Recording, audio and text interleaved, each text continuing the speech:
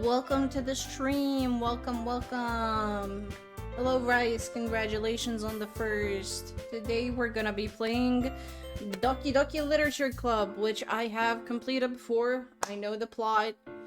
I don't know if I'm gonna be making any voices. I feel like that's gonna take a huge strain on my vocal cords for the characters, and also more time. I'm trying to speedrun this. So let's see. Enter our name, Hachi. Right. Hey!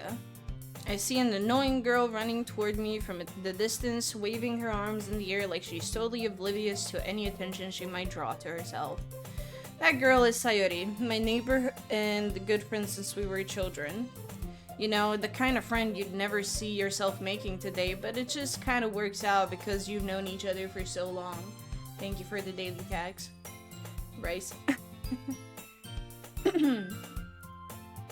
We used to walk to school together on days like this, but starting around high school, she would oversleep more and more frequently, and I would get tired of waiting up. Alright.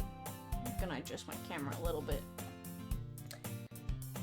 But if she's going to chase after me like this, I almost feel better off running away. However, I just sigh and idle in front of the crosswalk and let Sayori catch up to me. I overslept again! But I caught you this time. Maybe, but only because I decided to stop and wait for you. You say that like you were thinking about ignoring me. Oh, I said that. Ah, fuck, I gotta keep up with this shit. Hold on. That's mean, Hachi. Well, if people stare at you for acting weird, then I don't want them to think we're a couple or something. Fine. But you did wait for me after all. I guess you don't have it in you to be mean even if you want to. Whatever you say, Sayori. We cross the street together and make our way to school. As we draw near, the streets become increasingly speckled with other students making their daily commute. I'm also gonna be fucking over my words and pronunciations as I read all of this. I apologize in advance. By the way, Hachi, have you decided on a club to join yet? A club? I told you already, I'm really not interested in joining any clubs. I haven't been looking either. That's not true.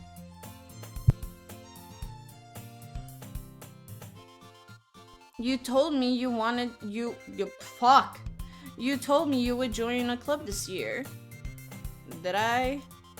I'm sure it's possible that I did in one of our many conversations where I dismissively go along with whatever she's going on about. Sayori likes to worry a little too much about me when I'm perfectly content with just getting by on the average while spending my free time on games and anime. Uh-huh. I was talking about how I'm worried you won't learn how to socialize or have any skills before college. Your happiness is really important to me, you know? And I know you're happy now, but I die at the thought of you becoming a NEET in a few years because you're not used to the real world. I tested out the real world, Sayori. I tested out. I prefer being a NEET. And Ahiki, leave me alone. You trust me, right? Don't make me keep worrying about you. Alright. I'll look at a few clubs if it makes you happy. No promises, though. Will you at least promise you'll try a little? Yeah, I guess I'll promise you that. Yay! Why do I let myself get lectured by such a carefree girl? More than that, I'm surprised I even let myself relent to her. I guess seeing her worry so much makes me want to ease her mind at least a little bit, even if she does exaggerate everything inside of her head. The school is as ordinary as ever, and it's over before I know it. After I pack up my things, I stare blankly at a wall, looking for an ounce of motivation. Clubs. Sayori wants me to check out some clubs. I guess I have no choice but to start with the anime club. Hello? Sayori?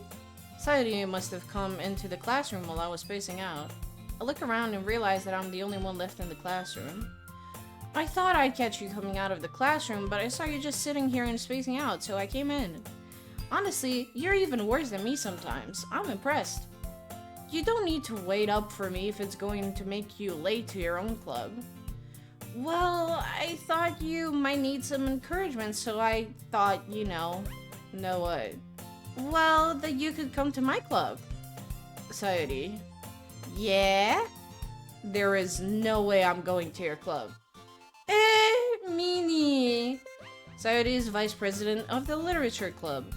Not that I was ever aware that she had any interests in literature.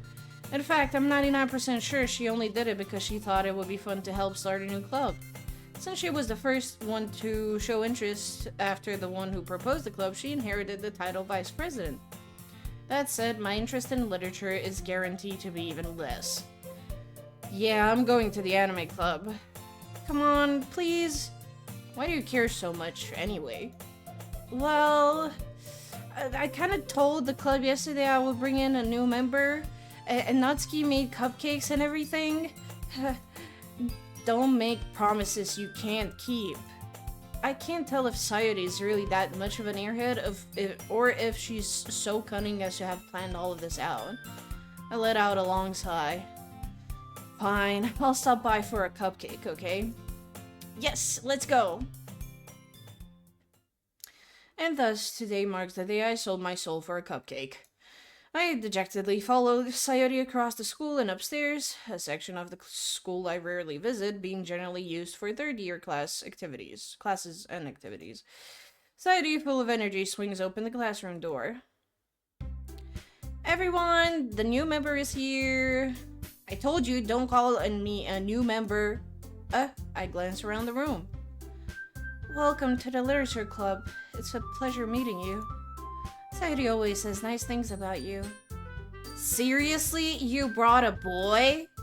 Way to kill the atmosphere.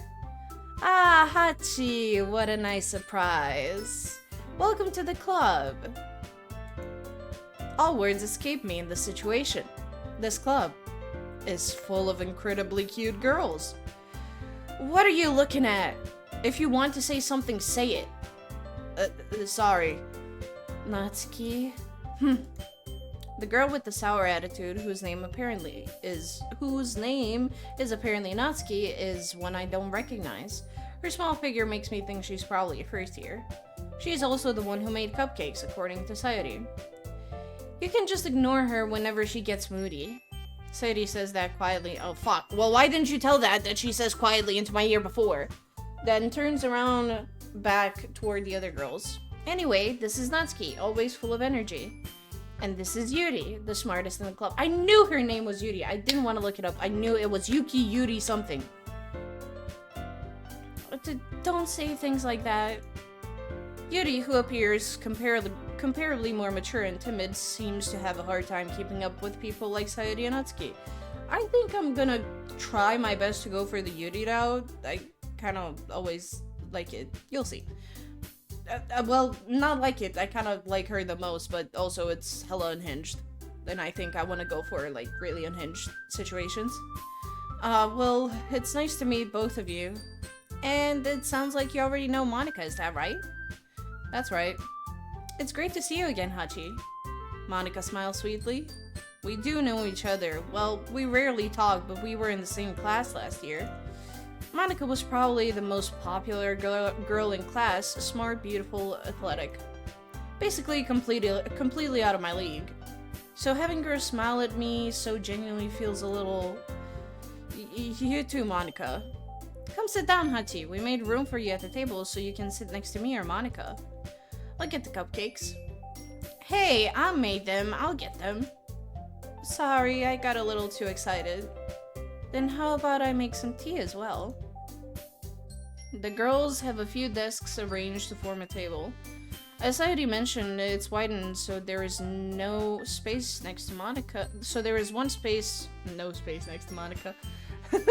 So there is one space next to Monika, and one space next to Sayori. Natsuki and Yuri walk over to the corner of the room, where Natsuki grabs a wrap tray and Yuri opens the closet. Still feeling awkward, I take a seat next to Sayori. Natsuki proudly marches back to the table, tray in hand. Okay, are you ready? Ta-da!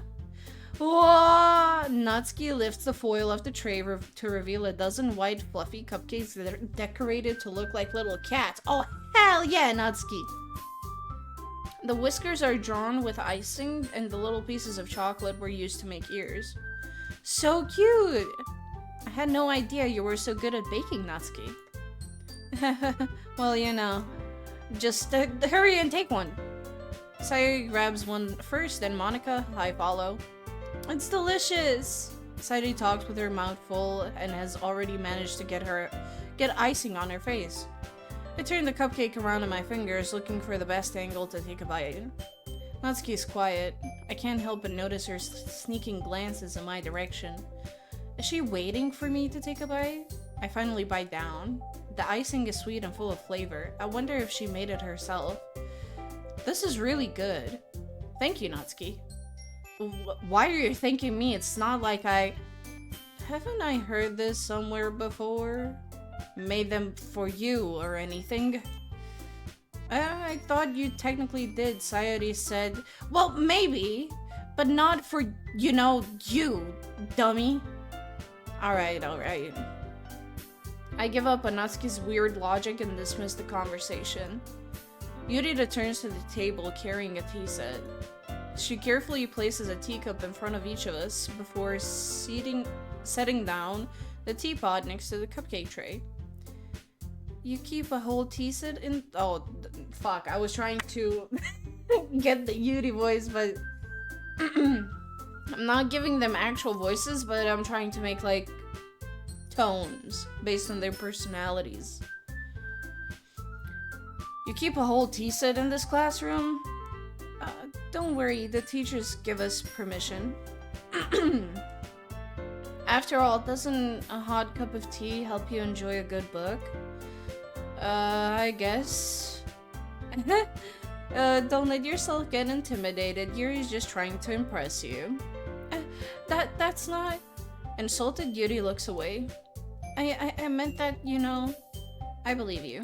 Well, tea and reading might not be a pastime for me, but I at least enjoy tea. I'm glad. Yuri faintly smiles to herself in relief. Monika raises an eyebrow, then smiles at me. So, what made you consider the literature club? I was afraid of this question. Something tells me I shouldn't tell Monika that I was practically dragged here by Sayori. Well, I haven't joined any clubs yet, and Sayori seemed really happy here, so that's okay, don't be embarrassed. We'll make sure you feel right at home, okay? As president of the literature club, it's my duty to make the club fun and exciting for everyone. Monika, I'm surprised. How come you decided to start your own club? You could probably be a board member of any of the major clubs. Weren't you a leader of the debate club last year? Well, you know. To be honest, I can't stand all of the politics around the major clubs. Feels like nothing but arguing about budget and publicity and how to prepare for events. I'd much rather take something I personally enjoy and make something special out of it. And if it encourages others to get into literature, then I'm fulfilling that dream. Damn. My vocal cords are fried today. Yay. Monika is a really great leader. Yuri also nods in agreement. Then I'm surprised there aren't more people in the club yet. It must be hard to start a new club. You could put it that way. Not many people are interested in putting all of the effort to starting something brand new, especially when it's something that doesn't grab your attention, like literature. You have to work hard to convince people that you're both fun and worthwhile. But if it makes school events like the festival that much more important. But it makes, okay. I'm confident that we can all really grow this club before we graduate. Right, everyone? Yeah! We'll do our best. You know it. Everyone enthusiastically agrees. Such different girls, all interested in the same goal. Monika must have worked really hard just to find these three. Maybe that's why they were all so delighted by the idea of a new member joining. Though I still don't know if I can keep up with their level of enthusiasm about literature. So, Hachi, what kind of things do you like to read? Well, considering how little I've read these past year... Yaoi! Considering how little I've read these past few years, I don't really have a good way of answering that. Manga. I mutter quietly to myself, half joking. Natsuki's head suddenly perks up. It looks like she wants to say something, but she keeps quiet. Not much of a reader, I guess. Well, that can change. What am I saying? I spoke without thinking after seeing Yuri's sad smile. Anyway, what about you, Yuri? Well, let's see. Yuri traces the rim of her teacup with her finger. My favorites are usually novels that build deep and complex fantasy worlds. The level of creativity and craftsmanship behind them is amazing to me, and telling a good story in such a foreign world is equally impressive. Yuri goes on, clearly passionate about her reading. She seems so reserved and timid since the moment I walked in, but it's obvious by the way her eyes light up that she finds her comfort in the world of books, not people. Like me. Well, I do also read manga. And manhwa. But you know, I like a lot of things. Stories with deep psychological elements usually immerse me as well. Likewise. Isn't it amazing how a writer can so deliberately take an advantage of your own lack of imagination to completely throw you for a loop? Anyway, I've been reading a lot of horror lately. I read a horror book once. I desperately grasped something I can relate to at a minimal level. At this rate, Yuri might as well be having a conversation with a rock. Really? I wouldn't have expected that, Yuri. For someone as gentle as you. I guess you could say that. But if a story makes me think or takes me to another world, then I really can't put it down. Surreal horror is often very successful at changing the way you look at the world, if only for a brief moment. I hate horror. Oh, why is that? Well, Natsuki's eyes dart over to me for a split second. Never mind. That's right, you usually like to write about cute things, don't you, Natsuki? What? What gives you that idea? You left a piece of scrap paper behind last club meeting. It looked like you were working on a poem called Don't Say It Out Loud! And give that back. Fine. Your cupcakes, your poems, everything you do is just as cute as you are. Sayori slides behind Natsuki and puts her hands on her shoulders. Yuri! Well, not the Yuri the character, Yuri in general. I'm not cute! Natsuki, you write your own poems? Well, I guess sometimes. Why do you care? I think that's impressive. Why don't you share them sometime? No. Natsuki averts her eyes. You wouldn't like them. And not a very confident writer yet. I understand how Natsuki feels. Sharing that level of writing takes more than just confidence. The truest form of writing is writing to oneself. You must be willing to open up to your readers, exposing your vulnerabilities and showing even the deepest reaches of your heart. Do you have writing experience too, Yuri? Maybe if you share some of your work, you can set an example and help Natsuki feel comfortable enough to share hers. I guess it's the same for Yuri. I wanted to read everyone's poems. We all sit in silence for a moment. Okay, I have an idea, everyone. Natsuki and Yuri look quizzically at Monika. Let's all go home and write a poem of our own. Then, next time we meet, we'll all share them with each other. That way, everyone is even. Yeah, let's do it! Plus, now that we have a new member, I think it will help us all get a little more comfortable with each other and strengthen the bond of the club. Isn't that right, Hachi? Monika smiles warmly at me once again. Hold on, there's still one problem. What's that? Now that we're back to the original topic of me joining the club, I bluntly come forward with what's been on my mind the entire time. I never said I would join this club. Sayori may have convinced me to stop by, but I never made any decision. I still have other clubs to look at, and I lose my train of thought. All four girls stare back at me with dejected eyes. But, I'm sorry, I thought. Hachi, you all. Minasan! Don't be sad, I will join the harem. I'm defenseless against these girls. How am I supposed to make a clear-headed decision when it's like this? That is, if writing poems is the price I need to pay in order to spend every day with these beautiful girls. Right. Okay, I've decided then. I'll join the literature club. One by one, the girls' eyes light up.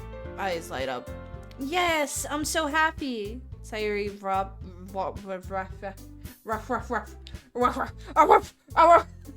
I can't with the English.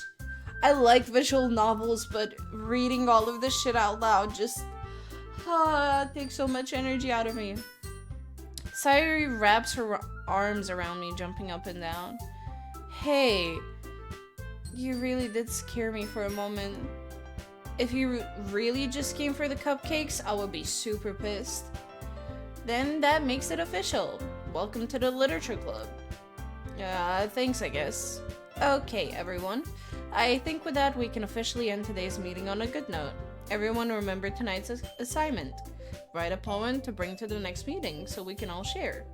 Monika looks over at me once more.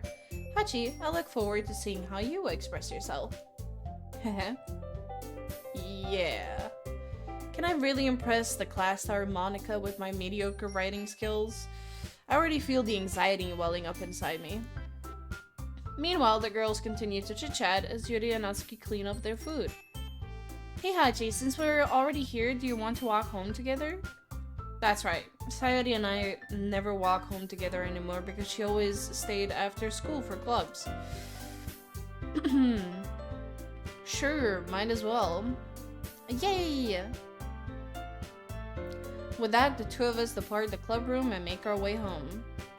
The whole way, my mind wanders back and forth between the four girls. Sayori, Natsuki, Yuri, and of course, Monika. Will I really be happy spending every day after school in a literature club? Perhaps I'll have the chance to grow closer to one of these girls. Alright, I'll just need to make the most out of my circumstances, and I'm sure good fortune will find me. And I guess that starts with writing a poem tonight. Alrighty, it's time to write a poem. Pick words you like. No, bullshit. What? English? It's time to write a poem. Pick words you think your favorite club member will like. Something good might happen with whoever likes your poem the most. Considering this is a fucking horror game, I sincerely doubt that. Just a heads up, it's a fucking horror game. Psychological horror, gore. If you're sensitive to the mentions and portrayals of anxiety, depression, self-harm, suicide, all that stuff, leave. And now here we don't have Monika, we have Yuri, Natsuki, and Sayori. And we can... How do I skip the pages? Oh, I can't. So... How do I skip the pages again?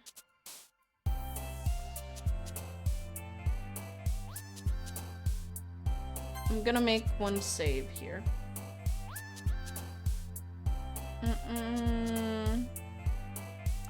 What word do I pick? Fear. Oh no, that okay. I'm aiming for the purple hair beauty. Graveyard. Yeah, there we go.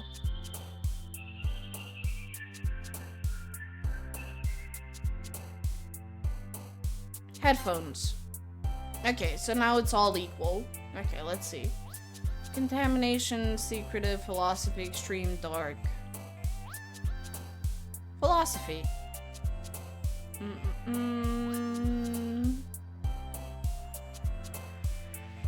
Music.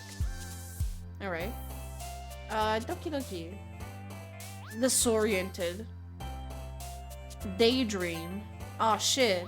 I'm going between Sayori and Yuri now. Climax, hello? Judgment. Anime, I'm picking anime here. Ooh, imagination. Suicide? Sure. Oh, Sayori's little character jumped a little bit. I think when I clicked on the suicide, I'd have to look that back. It's so cool. There's little details with these notes and little Easter eggs. Heartbeat. Intellectual. Analysis. Embrace. Misery. Oh, misery is Sayori? Wow. Massacre? Silly. Ah, shit. Depression or tragedy? Tragedy. No! Shit,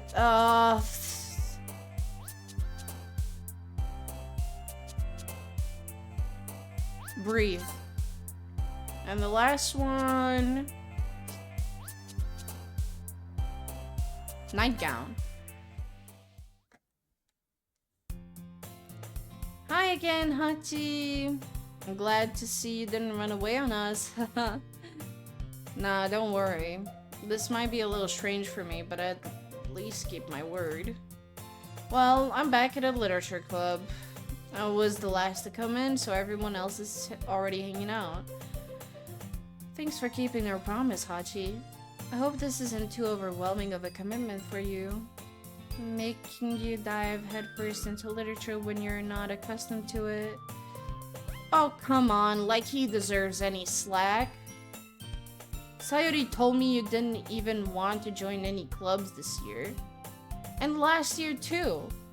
I don't know if you plan to just come here and hang out or what, but if you don't take us seriously, then you won't see the end of it. Natsuki, you certainly have a big mouth for someone who keeps her manga collection in the club room. Natsuki finds herself stuck between saying monika and manga. Manga is literature! Swiftly defeated, Natsuki plops back into her seat. Don't worry, guys. Hachi always gives it his best as long as he's having fun. He helps me with busy work without me even asking. Like cooking, cleaning my room. How dependable. Sayori, that's because your room is so messy it's distracting. And you almost set your house on fire once. Is that so? You two are really good friends, aren't you? I might be a little jealous. How come? You and Hachi can become good friends too. Sayori... As usual, Sayori seems oblivious to the weird situation she just put me into. Oh, Yuri even brought you something today, you know. Wait, Sayori... me? Not really. Don't be shy. It's really nothing. What is it? Never mind. Sayori made it sound like a big deal when it's really not. What do I do? Oh, that was, fuck. I thought Sayori was speaking. My bad, fam. I'm still getting accustomed to it. I'm sorry, Yuri. I wasn't thinking. I guess that means it's up to me to rescue the situation. Hey, don't worry about it. First of all, I wasn't expecting anything in the first place. So any nice gesture from you is a pleasant surprise. It'll make me happy no matter what. Is that so? Yeah, and I won't make it a big deal if you don't want it to be. Alright. Well, here. Yuri reaches into her bag and pulls out a book. I didn't want you to feel left out, so I picked out the book that I thought you might enjoy. It's a short read, so it should keep your attention even if you don't usually read. And we could, you know, discuss it if you want it. This is... How is this girl accidentally being so cute? She even picked out a book thinks I'll like despite me not reading much. Yuri, thank you. I'll definitely read this. I enthusiastically take the book. Well, you can read it at your own pace. I look forward to hearing what you think. Now that everyone's settled in, I expected Monika to kick off some scheduled activities for the club, but that doesn't seem to be the case. Sayuri and Monika are having a cheery conversation in the corner. Yuri's face is already buried in a book. I can't help but notice her intense expression, like she was waiting for this chance. Meanwhile, Natsuki is rummaging around in the closet. I'm really curious to talk to Yuri a little bit more, but at the same time I would feel bad from distracting her from reading.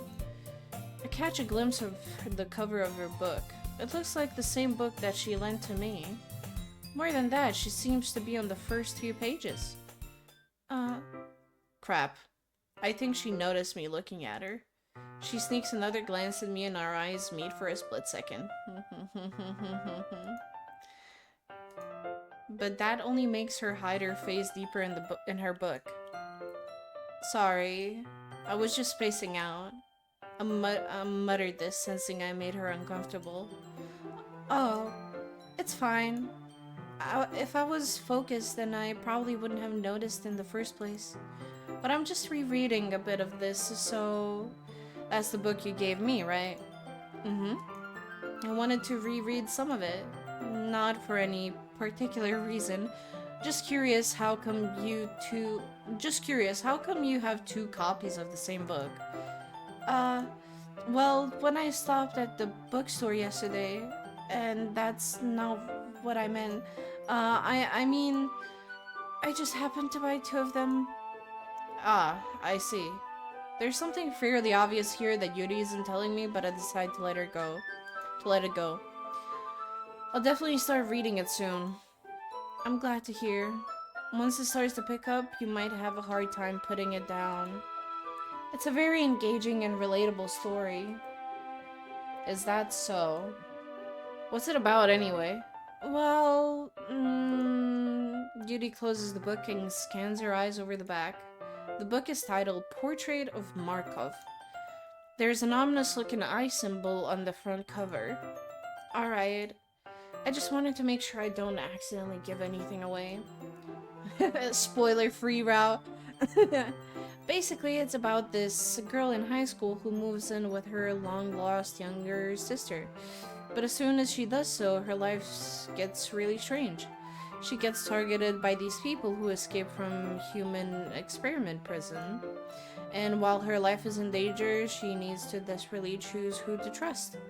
No matter what she does, she ends up destroying most of her relationships and her life starts to fall apart. That's kind of dark, isn't it? Yuri made it sound like it was going to be a nice story, so that dark turn came from nowhere. Wonder what that's about. Yuri gently giggles all of a sudden. Are you not a fan of that sort of thing, Hachi? No, it's not that. I mean, I can definitely enjoy these kinds of stories, so don't worry. I hope so. Yeah, I totally forgot that Yuri is into those things. She's so shy and reclusive on the outside, but her mind seems to be completely different.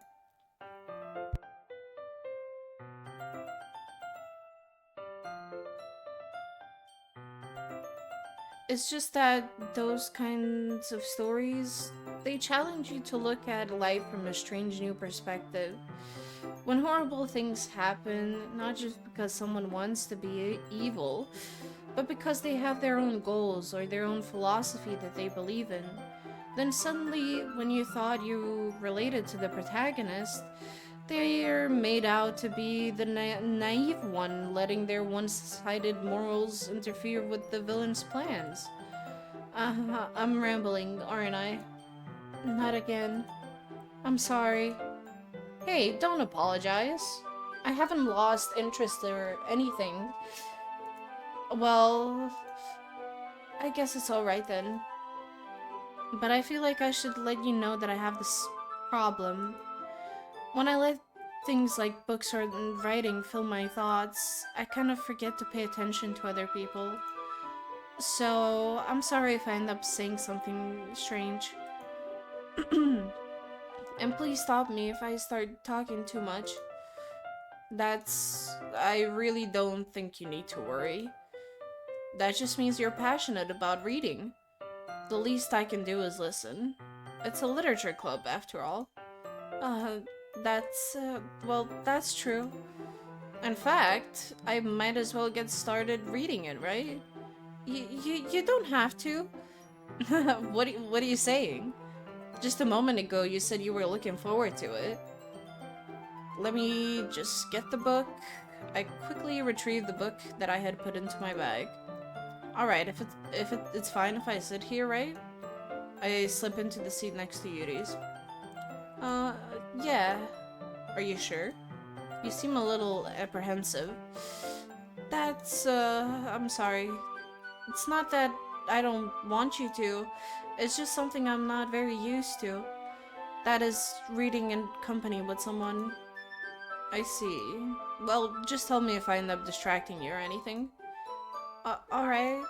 I open the book and start the prologue. I soon understand what Yuri means about reading in company. It's as if I can feel her presence over my shoulder as I read. It's not a particularly bad thing, maybe a little distracting, but the feeling is somewhat comforting. Yuri is in the corner of my eye. I realize that she's not actually looking at her own book. I glance over. It looks like she's reading from my book instead. Sorry. I was just... Yuri, you really apologize a lot, don't you? I do? I don't really mean to. Sorry. I mean... Here, this should work, right? I slide my desk until it's up against Yuri's, then hold my book more between the two of them. I suppose so. Yuri timidly closes her own copy. Once we each lean in a little bit, our shoulders are almost touching. Wow, how romantic. How romantic. It feels like my left arm is in the way, so instead I use my right hand to hold the book open. I guess that makes it kind of difficult to turn the page. Here. Yuri takes her left arm. Okay, I'm also gonna save this part. I have 9 pages. It should be fine. Yuri takes her left arm and holds the left side of the book between her thumb and forefinger. I do the same thing with my right arm on the right side of the book. That way I turn a page and Yuri slides it under her thumb after it flips to her side. But in holding it like this, we're huddled even closer together than before. It's actually kind of distracting me. It's as if I can feel the warmth of Yuri's face. She's in the corner of my vision. Are you ready? To turn the page? Sorry. I think I got a bit distracted for a second. I glance over at Yuri's face again and our eyes meet. I don't know how I'll be able to keep up with her. That's okay. You're not as used to reading, right? I don't mind being patient if it takes you a bit longer. It's probably the least I can do. Since you've been so patient with me. Yeah. Thanks. We continue reading.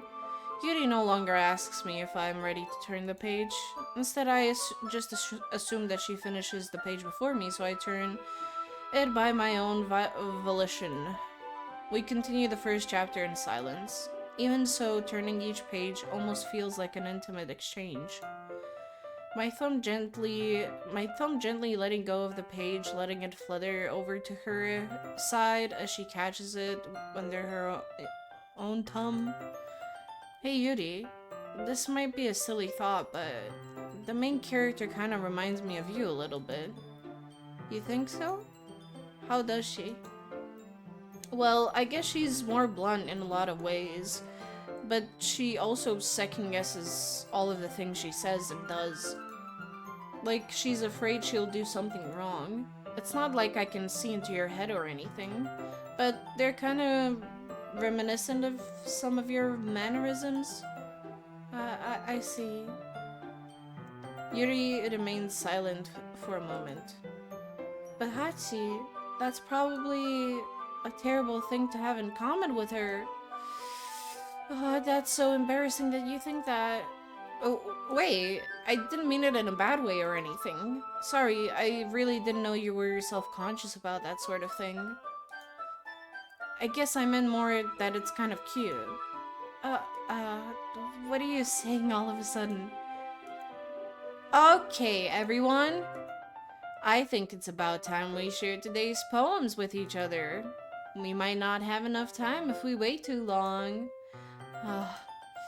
Yuri exhales, spared from finishing her thought. Is that alright? Is that alright, Yuri? You look kind of down. I'm sorry if you haven't been looking forward to this. It's not. It's fine. Yuri releases her hand from the book, causing it to close on top of my thumb. Alright, I guess I'll do some more reading tonight. Or would you prefer I only read it with you? I guess I don't have too much of a preference either way. In that case, I'll read a little more tonight. It'll be more fun to read with you after it picks up a bit, you know? That's good reasoning.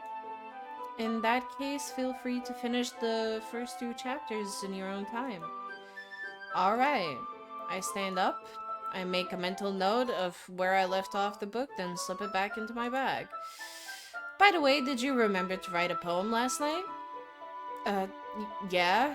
My relaxation ends. I can't believe I agreed to do something so embarrassing. I couldn't really find much inspiration since I've never really done this before. Well, now that everyone's ready, why don't you find someone to share with? I can't wait! Sayori and Monika enthusiastically pull out their poems. Sayori is on a wrinkled sheet of loose leaf torn from a spiral notebook. On the other hand, Monika wrote hers in a composition notebook. I can already see Monika's pristine handwriting from where I sit. Natsuki and Yuri reluctantly comply as well, reaching into their bags. I do the same myself. Who should I show my poem to first? Yuri! Yuri seems the most experienced, so I should start with her. I can trust her opinion to be fair. As Yuri reads the poem, I notice her eyes lighten. Exceptional. Eh? What was that? Huh? Did I say that out loud? Yuri first covers her mouth, but then ends up covering her whole face. Oh, he's going to eat me. You really didn't do anything wrong, Yuri. Eh? That's... I guess you're right. What am I getting so nervous for? Yuri takes a breath. So, what kind of writing experience do you have? Your use of imagery. Holy shit, I really gotta read. Your use of imagery and metaphors indicates you've written a lot of poetry before. Really? Wow, that's a huge compliment coming from you. This is actually my first time, really. Huh? Yuri stares at me blankly, then looks at my poem again. Well, I know that. I just went, Yuri trails off, unable to find an excuse. She traces her finger along the words in the poem, as if breaking it down more thoroughly. Yeah, okay. This is the reason I was able to tell. It's just that there are specific writing habits that are usually typical of new writers. And having been through that myself, I kind of learned to pick up on them. I think the most noticeable thing I recognize in new writers is that they try to make their style very deliberate. In other words, they tend to pick out writing style separate from the topic matter, and they form-fit the two together. Hold on. Little break. Little tiny quick break. gotta stretch my back, read more apple juice, because damn, it's only been like less than an hour. I should probably start doing vocal exercises as well. Quick BRB. There we go. And we'll do this. And I'll see you in a little bit. Give me a couple minutes.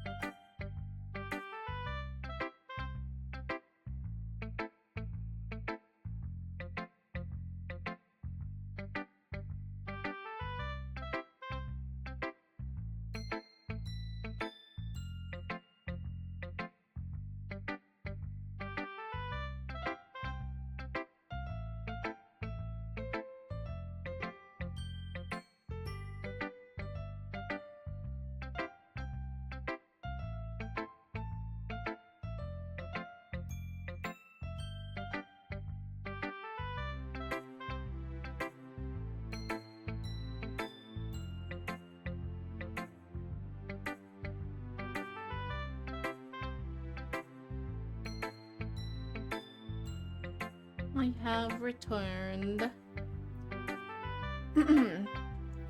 In other words, they tend to pick a writing style separate from the topic matter and they form fit the two together. The end result is that both the style and the expressiveness are weakened. Thank you. Once Yuri finds her train of thought, it's as if her demeanor totally changes. Her stammering is completely gone and she sounds like an expert. Of course, that's not something you can be blamed for. There are so many different skills and techniques that go into writing even a simple poem. Not just finding them and building them, but getting them to work together is probably the most challenging part. It might take you some time, but it all comes with practice and learning by example and trying new things. I also hope that everyone else in the club gives you a valuable feedback. Natsuki can be a little biased though. Biased? How? Well, never mind. I shouldn't be talking about people like that. Sorry. It's fine. I'm not sure if Yuri is apologizing to herself, to me, or to Natsuki. Do you mind if I read your poem now? Please do. I'd love to share my thought process behind it. Yuri smiles dreamily, as if that's a rare opportunity for her, which itself is kind of funny. After all, isn't this supposed to be a literature club? Ghost under the light. The tendrils of my hair illuminate beneath the amber glow. Bathing. It must be this one. The last remaining streetlight to have withstood the test of time. The last yet to be replaced by the sickening blue-green hue of the future. I bathe, calm, breathing air of the present but living in the past. Oh, you can continue reading the poem. Okay. The light flickers. I flicker back. I'm sorry I have such a terrible handwriting. What? I wasn't thinking that at all. But it took you a long time to read. I am a bit dyslexic. English difficult sometimes. Well, I just don't read script very often. I actually think your handwriting is pretty. Eh, that's a relief. Also, I like the poem. Even though it's short, it was really descriptive. It wasn't too short. I usually write longer poems. Not at all. I'm really glad you like it. Oh, fuck. Gotta get into the voice thing. Oh god. I'm really glad you like it. I'll be honest. Since it's our first time sharing, I wanted to write something a little more mild. More mild? That's existential crisis in a couple of sentences. Something easy to digest, I suppose. Are you into ghosts, Yuri? Her name is Yuri! Whew. Actually, the story isn't about a ghost at all, Hachi. Really? I must have totally missed the point. Well, I suppose you did only glance over it after all. But remember that poets often express their own thoughts, feelings, and experiences in their work. They usually do more than tell a simple story or paint a picture. In this case, perhaps the subject of the poem is only being symbolically compared to a ghost, lingering in her last remaining place of comfort, unable to let go of the past, and soon to be left with nothing. That's a lot more solemn, putting it that way? I don't know how to say that. I hadn't even thought of that. That's impressive. It's nothing really. Yours was as impressive too, so... Nah. If anything, I could probably learn a thing or two from you. You think so? Yeah, of course. You know, I was really nervous about doing all this, but in the end I enjoyed it. I'm going to keep doing my best for you, Hachi. Me too. Who should I show my poem to next? Sairi. This is a good poem, Hachi. Are you sure it's your first ad? Of course. It's not that good. Am I the kind of guy who would be writing poems in his spare time? I guess you're right. But that's why it impressed me. Well, to be honest, I was afraid that you wouldn't do it seriously, or that you wouldn't write one at all. I'm really happy that you wrote one. It just reminds me of how you're really a part of the club now. Not to mention the fact that I'm standing in front of you in the club room. Of course, I'm not really into it yet, but that doesn't mean I'll break my promise. See? It's like I said before, Hachi. Deep down, you're not selfish at all, you know? Trying new things like this for other people, that's something that only really good people do. Thanks, Sayuri. I'm not sure if Sayuri sees the full picture of my motive here. Then again, I can't deny that she's part of the reason I joined. Knowing how much this means to her and all, yeah? And I'm gonna make sure you have lots of fun here, okay? That will be my way of thanking you. Alright, I'm going to hold you to that then.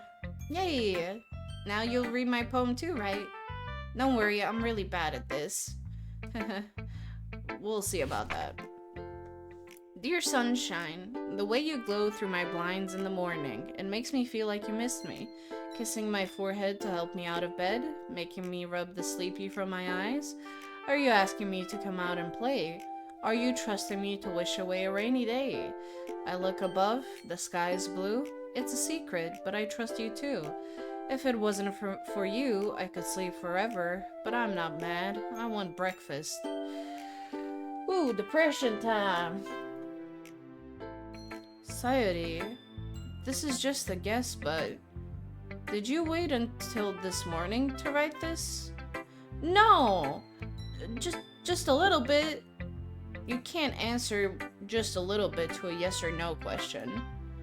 I forgot to do it last night. Well, at least that makes me feel a little better about myself. Don't be mean. I still try my best. Yeah. I didn't mean to say that it was a bad poem. It came out nice, or how should I put it? It sounds just like you. Really? Yeah. Especially that last line. I made eggs and toast. Even though you were late to school? It's bad to skip breakfast. I get all cranky. Well, I guess there's no point in arguing. Anyway, thanks for showing me. This was so much fun. Monika's the best. Yeah. But next time, I won't forget. And I'm going to write the best poem ever. Well, I guess I look forward to it. Okay.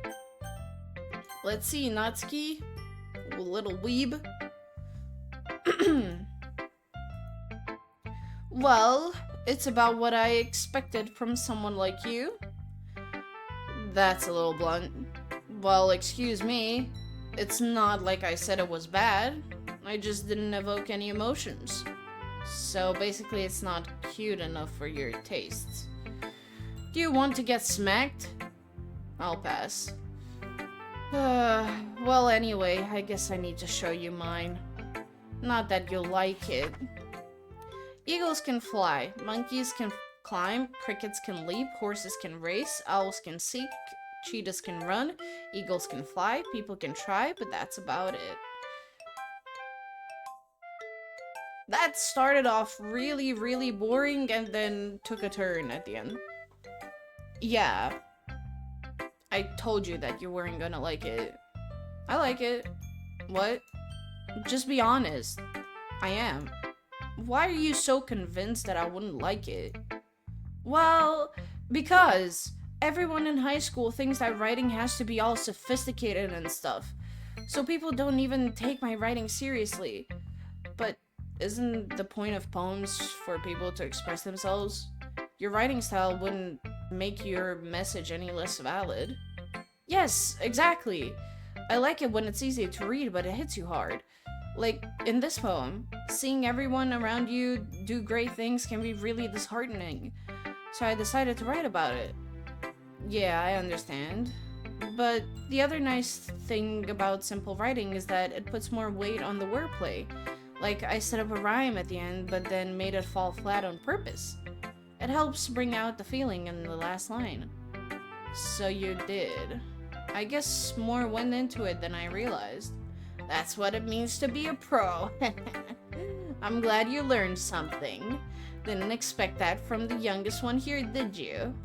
Yeah, I guess not. I decided to humor her with the last comment. I don't really care how old everyone is, but if Natsuki is feeling proud, that I won't take that away from her. And Monica. Hi, Monica. Oh, fuck. Hi, Hachi. Having a good time so far? Ah, yeah. Good, glad to hear it. By the way, since you're new and everything, if you ever have any suggestions for the club, like new activities or things we can do better, I'm always listening. Reference to Chainsaw Man? Don't be afraid to don't be afraid to bring things up, okay? Alright, I'll keep that in mind. Of course I'll be afraid to bring things up. I'm much better off going just with the flow until I'm more settled in. Anyway, want to share your poem with me? It's kind of embarrassing, but I guess I have to. Don't worry, Hachi. We're all a little embarrassed today, you know? But it's that sort of barrier that we'll all learn to get past soon. Yeah, that's true. I hand Monica my poem. Great job, Hachi. I was going, ooh, in my head while reading it. It's really metaphorical. I'm not sure why, but I didn't expect you to go for something so deep. I guess I underestimated you. It's the easiest for me to keep everyone's expectations low. That way it counts when I put in some effort. That's not very fair. Well, I guess it worked anyway. You know that Yuri likes this kind of writing, right? Writing that's full of imagery and symbolism. Unlike Sayuri, who likes using simple and direct words to describe happiness and sadness. Yuri likes it when readers are left to derive their own meaning out of it. It's very challenging to write like that effectively. Both allowing people to get something out of it just by feel, or letting them deeply analyze all of the nuances. It can take years of practice, which I'm assuming Yuri has at this point. I never really asked though. I'm sure I'm nowhere near her level yet. Don't worry so much about that. You do your own thing. Just keep exploring and learn by trying new things. I'm sure I'll end up trying different things a lot. It could take a while before I feel comfortable doing this. That's okay. I'd love to see you try new things. That's the best way to find the kind of style that suits you. Everyone else might be a little bit biased towards their own kinds of styles. But I'll always help you find what suits you the most. So don't force yourself to write the way everyone else wants you to write. It's not like you have to worry about impressing them or anything. Anyway, do you want to read my poem now? Don't worry, I'm not very good. You sound pretty confident for someone who claims to not be very good. Well, that's because I have to sound confident. That doesn't mean I always feel that way, you know? I see. Well, let's read it then. Hole in wall. It couldn't have been me. See the direction the spackle protrudes? A noisy neighbor, an angry boyfriend. I'll never know, I wasn't home. I peer inside for a clue. No, I can't see.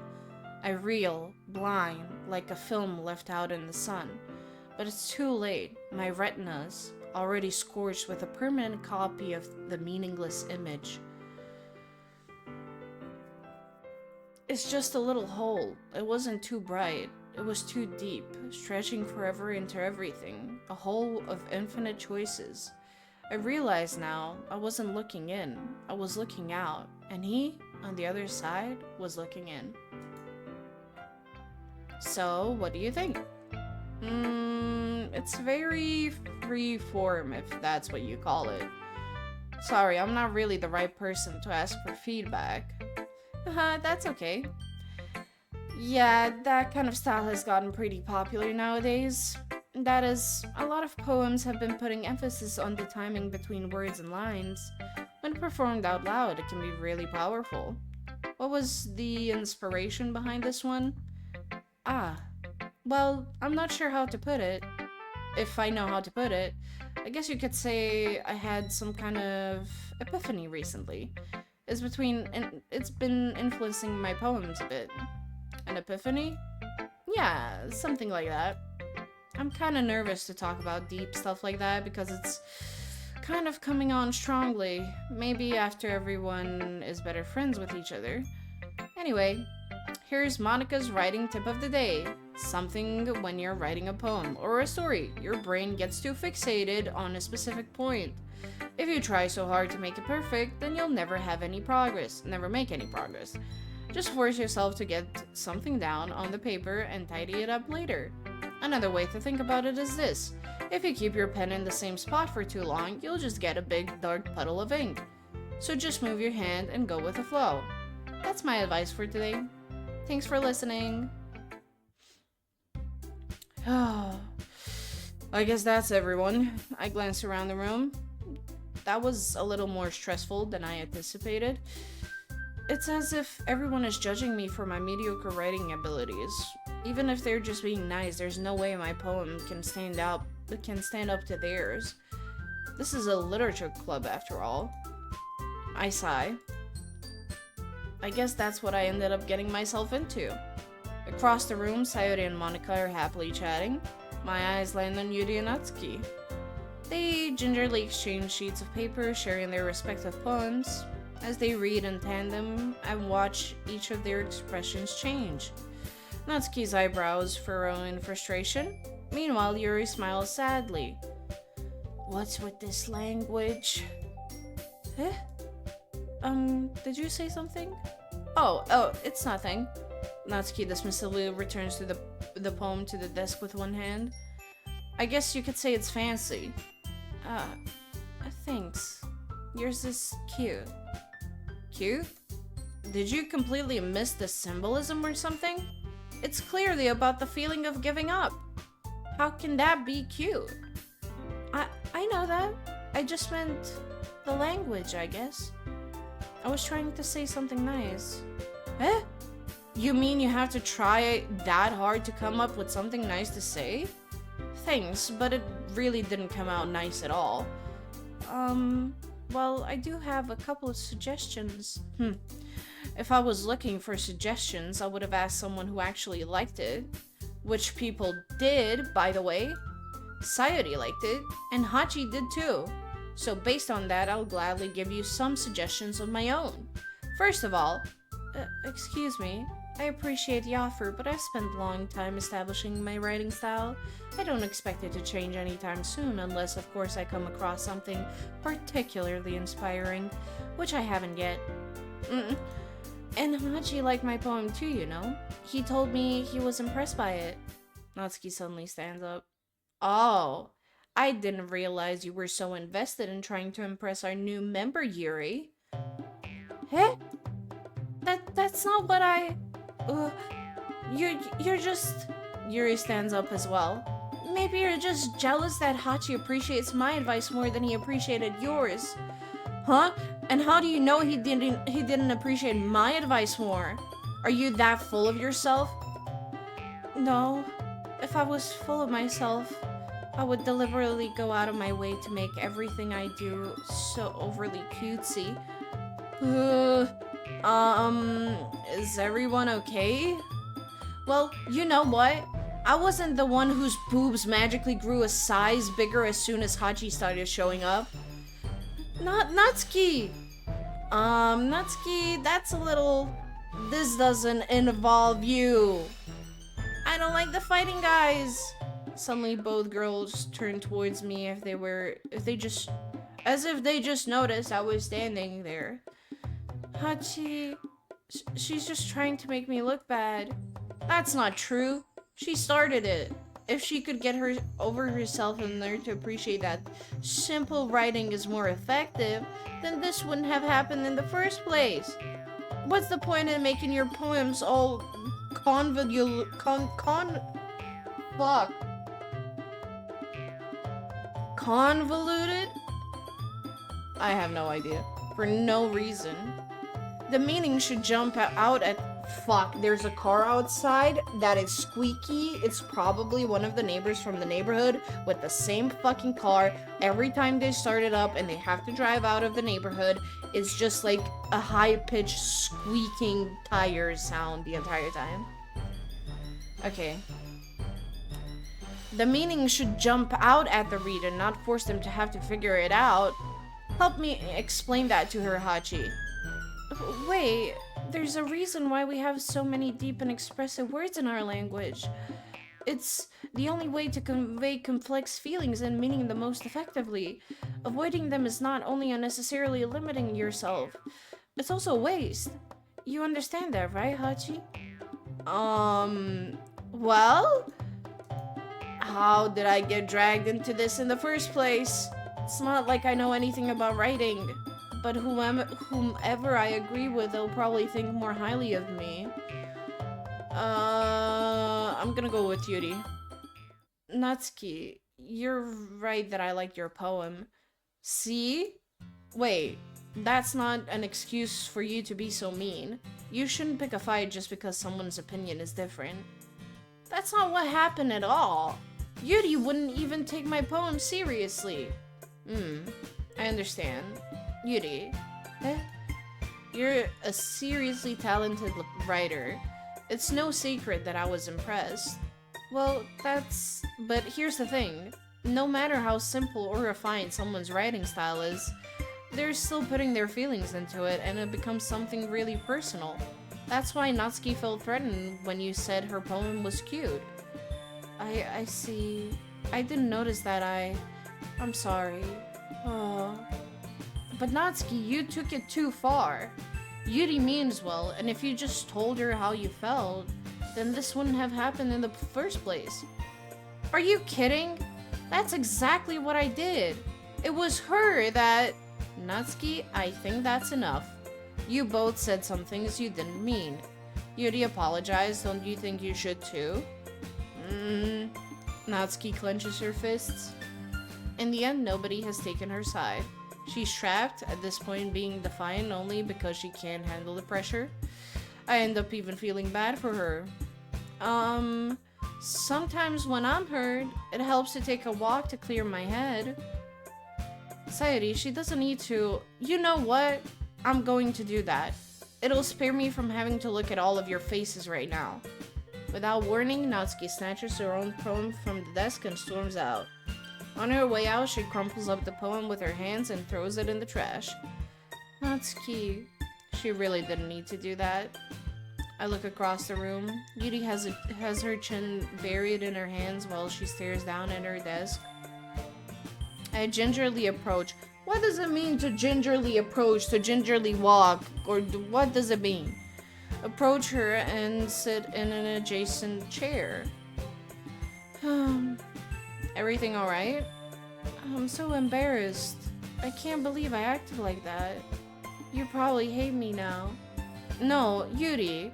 How could anyone not have gotten frustrated after being treated like that? You handled it so well as anyone could. I don't think any less of you. Well, alright, I believe you. Thanks, Hachi. You're too kind. I'm thankful to have you a part of this club now. It's nothing. One more thing. The one thing that Natsuki said about, you know, I would never do anything so shameful. So, What thing did Natsuki say? Well, never mind that. I'm going to go make some tea. Oh, good idea. Make enough for one more person, okay? Yeah. Okay, everyone. It's just about time for us to leave. How did you all feel about sharing poems? It was a lot of fun. Well, I'd say it was worth it. It was alright. Well, mostly. Hachi, how about you? Yeah, I'd say the same. It was a neat thing to talk about with everyone. Awesome. In that case, we'll do the same thing tomorrow. And maybe you learn something from your friends too. So your poems will turn out even better. I think to myself. I did learn a little more about the kinds of poems everyone likes. With any luck, that means I can at least do a better job at impressing those I want to impress. I nod to myself with newfound determination. Hachi! Ready to walk home? Sure, let's go.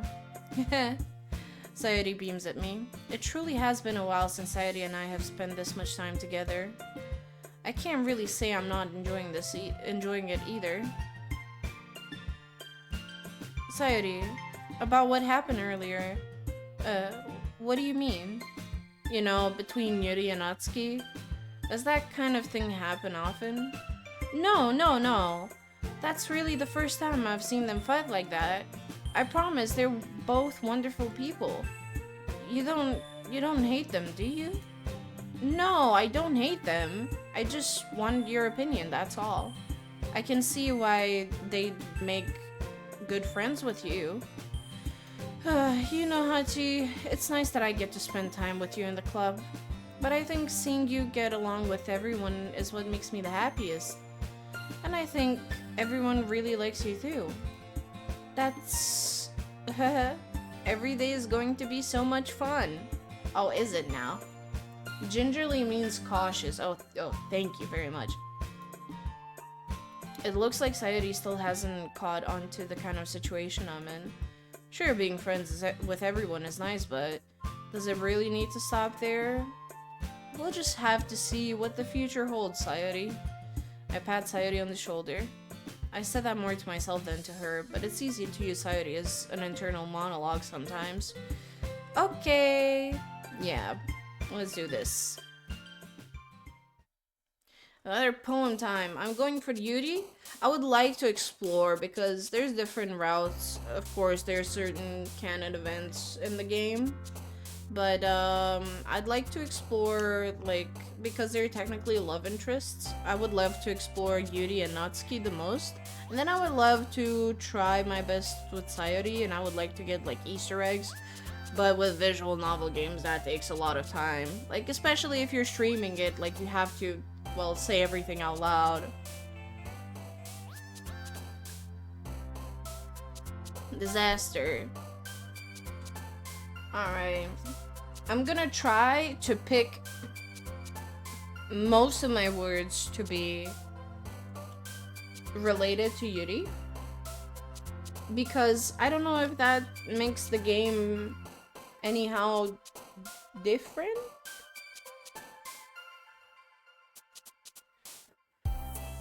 Alright.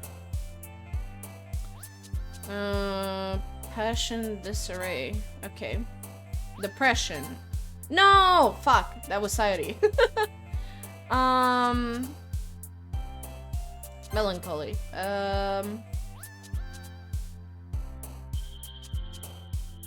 Breathe. Massacre. Death. Oh, shit. Tragedy. No!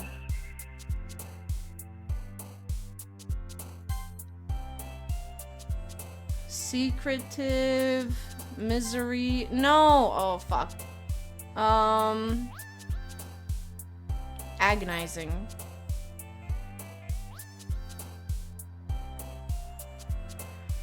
Anxiety.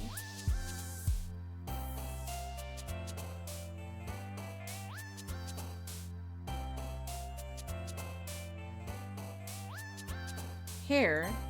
Okay, we got one for Natsuki. Grief. Oh, shit. Okay.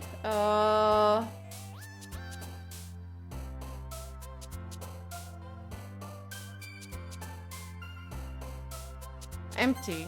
Fuck. Damn, so are you really depressed?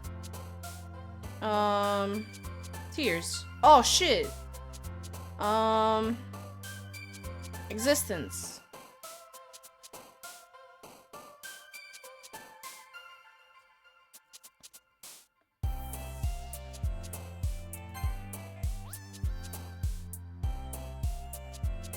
Lust? Okay. And the last one... Nightgown? Oh, that's Natsuki for some reason. Alright. I'm gonna finish up the smoke before I, continue on with the insane amount of reading. How's it going, chat? How you doing?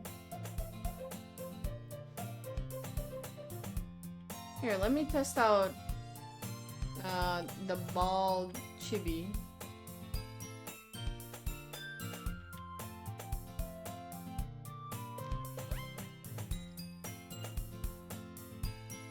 Megamind.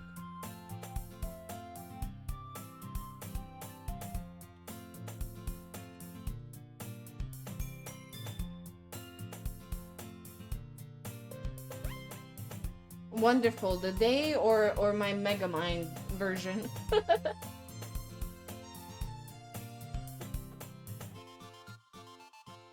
I fucking hate readjusting in this chair every couple of fucking minutes.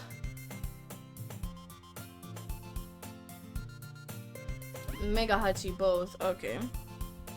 Thank you.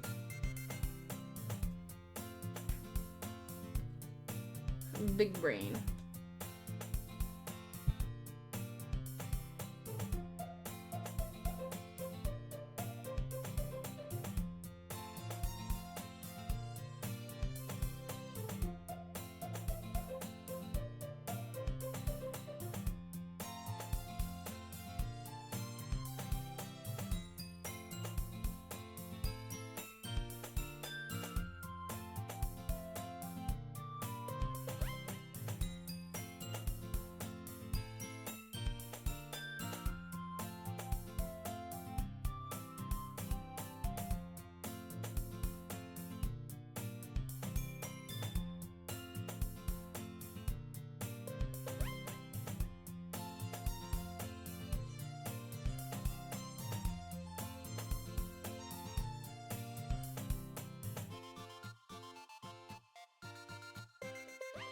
Alright, I'm gonna take another very quick break as well. A couple of minutes, and then I'll continue on with at least one more day before the next break. I'll try my best. So I'll be right back. I also have my washing machine turned on, so I gotta take care of that later as well.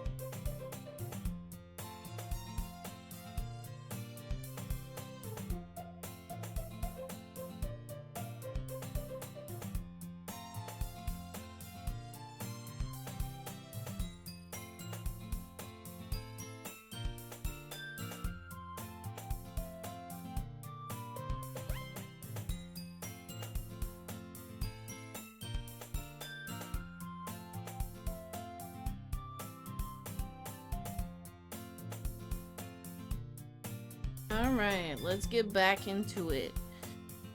Another day passes, and it's time for the club meeting already. I've gotten a little more comfortable here over the past couple days. Entering the club room, the usual scene greets me. Hi, Hachi! Yo, Sayori. Looks like you're in a good mood today. I'm just still not used to you being in the club, that's all. I see. That's a pretty simple thing to get you in a good mood. Thank you. But I guess it's always the simple things with you anyway. Speaking of which, kinda hungry. Will you come with me to buy a snack? No thanks. That's not like you at all. I have my reasons. Why don't we take a look at your purse, Sayori? Why that all of a sudden? No reason, really. I just wanted to look at it. Sayori nervously retrieves her coin purse. She fumbles with the latch and gets it open. Then she turns it upside down and lets its contents spill onto the desk. Only 2 small coins fall out. I knew it. I can see right through you, Sayori. That's not fair. How did you even know? It's simple. If you had enough money in the first place, you would have bought a snack before coming to the club room. So either you're not hungry and wanted an excuse to take a walk, or you plan to conveniently forget that you spent all your money so that I will lend you some. But there's one more thing. You're always hungry. And so that only leaves the one option. Oh, I give up. Don't make me feel guilty. If you feel guilty, that means you deserve to feel guilty. Haha, Yuri suddenly giggles. I didn't notice that she was listening in. Her face is in her books as always. I wasn't listening or anything. It was just something in my book. Yuri, tell Hachi to let me borrow some money. Don't get me involved like that, Sayori. Besides, you should only buy what you can reasonably afford. And frankly, after pulling a mischievous little stunt like that, your suffering is far enough retribution.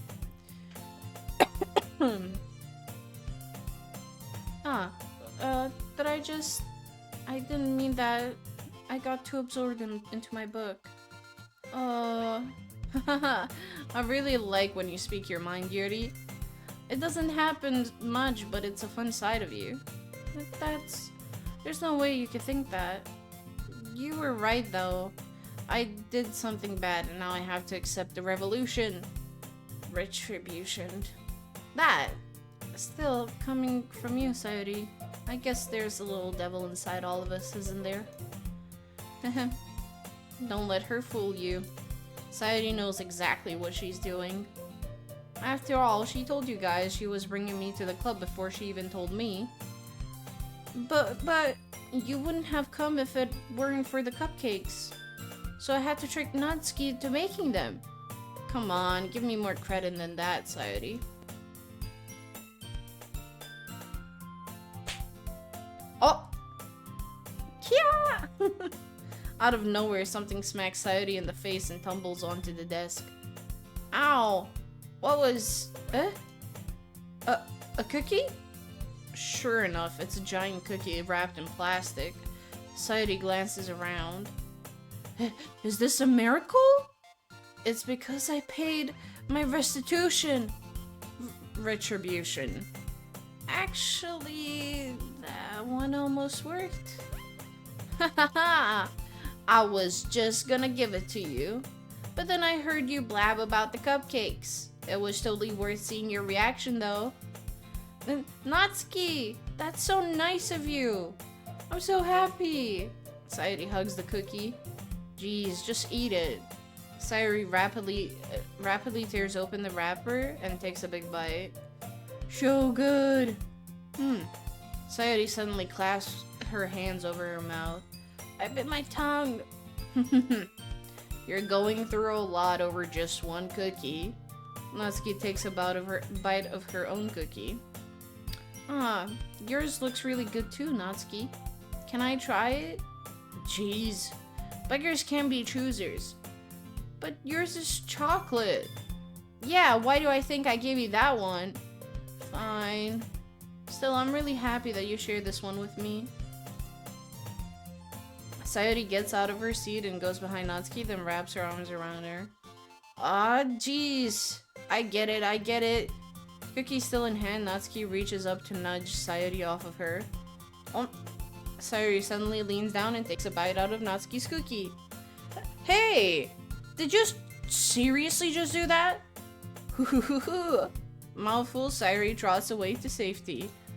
Yuri and I laugh as well. Jeez, you're such a kid sometimes. Monika, can you tell Sayori? Natsuki glances around. Monika isn't in the club room. Ugh. Where's Monika anyway? Good question. Have any of you heard anything about her being late today? Not me. Yeah, I haven't either. That's a bit unusual. I hope she's okay. Of course she's okay. She probably just had something to do today.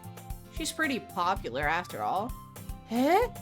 You don't think she has a... I wouldn't be surprised.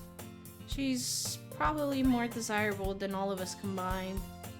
Heh, that's true. Excuse me? Suddenly the door swings open. Sorry, I'm super sorry. Ah, there you are. I didn't mean to be late. I hope you guys weren't worried or anything. Eh? Monika chose the club over her boyfriend after all? You're so strong-willed. Boyfriend? What on earth are you talking about? Monika quizzically glances at me. Ah, never mind that. What held you up anyway? Well, my last period today was study hall. To be honest, I kinda just lost track of time. That makes no sense though. You would have heard the bell ring at least.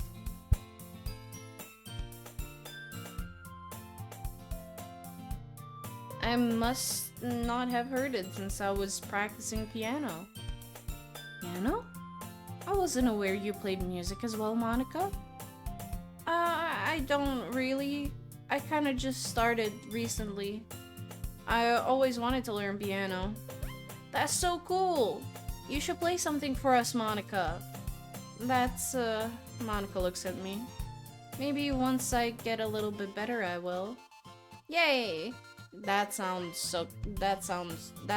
Holy shit. That sounds cool.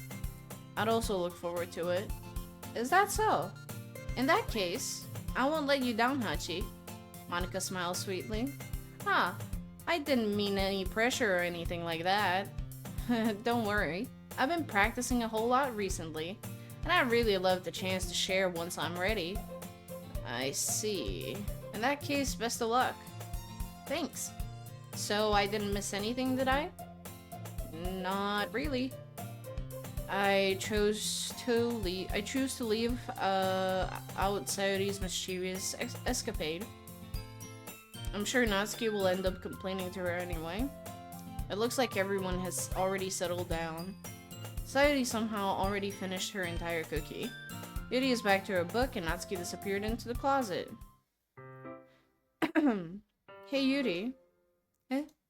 I suddenly noticed that Yuri is reading a different book from the one we've been reading together. Sorry, I didn't mean to interrupt. No.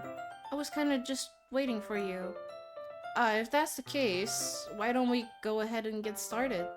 Yeah, let's. Actually, I have a request. Do you mind if I make some tea first? Not at all. Thanks very much. If there's one thing that can make my reading time any better, it's a nice cup of tea. Not to mention for yourself as well. Yuri stands up and makes her way to the closet. I follow and watch as she retrieves a small water pitcher from the shelf, the kind with the filler inside. Can you hold on to this for a second? Sure.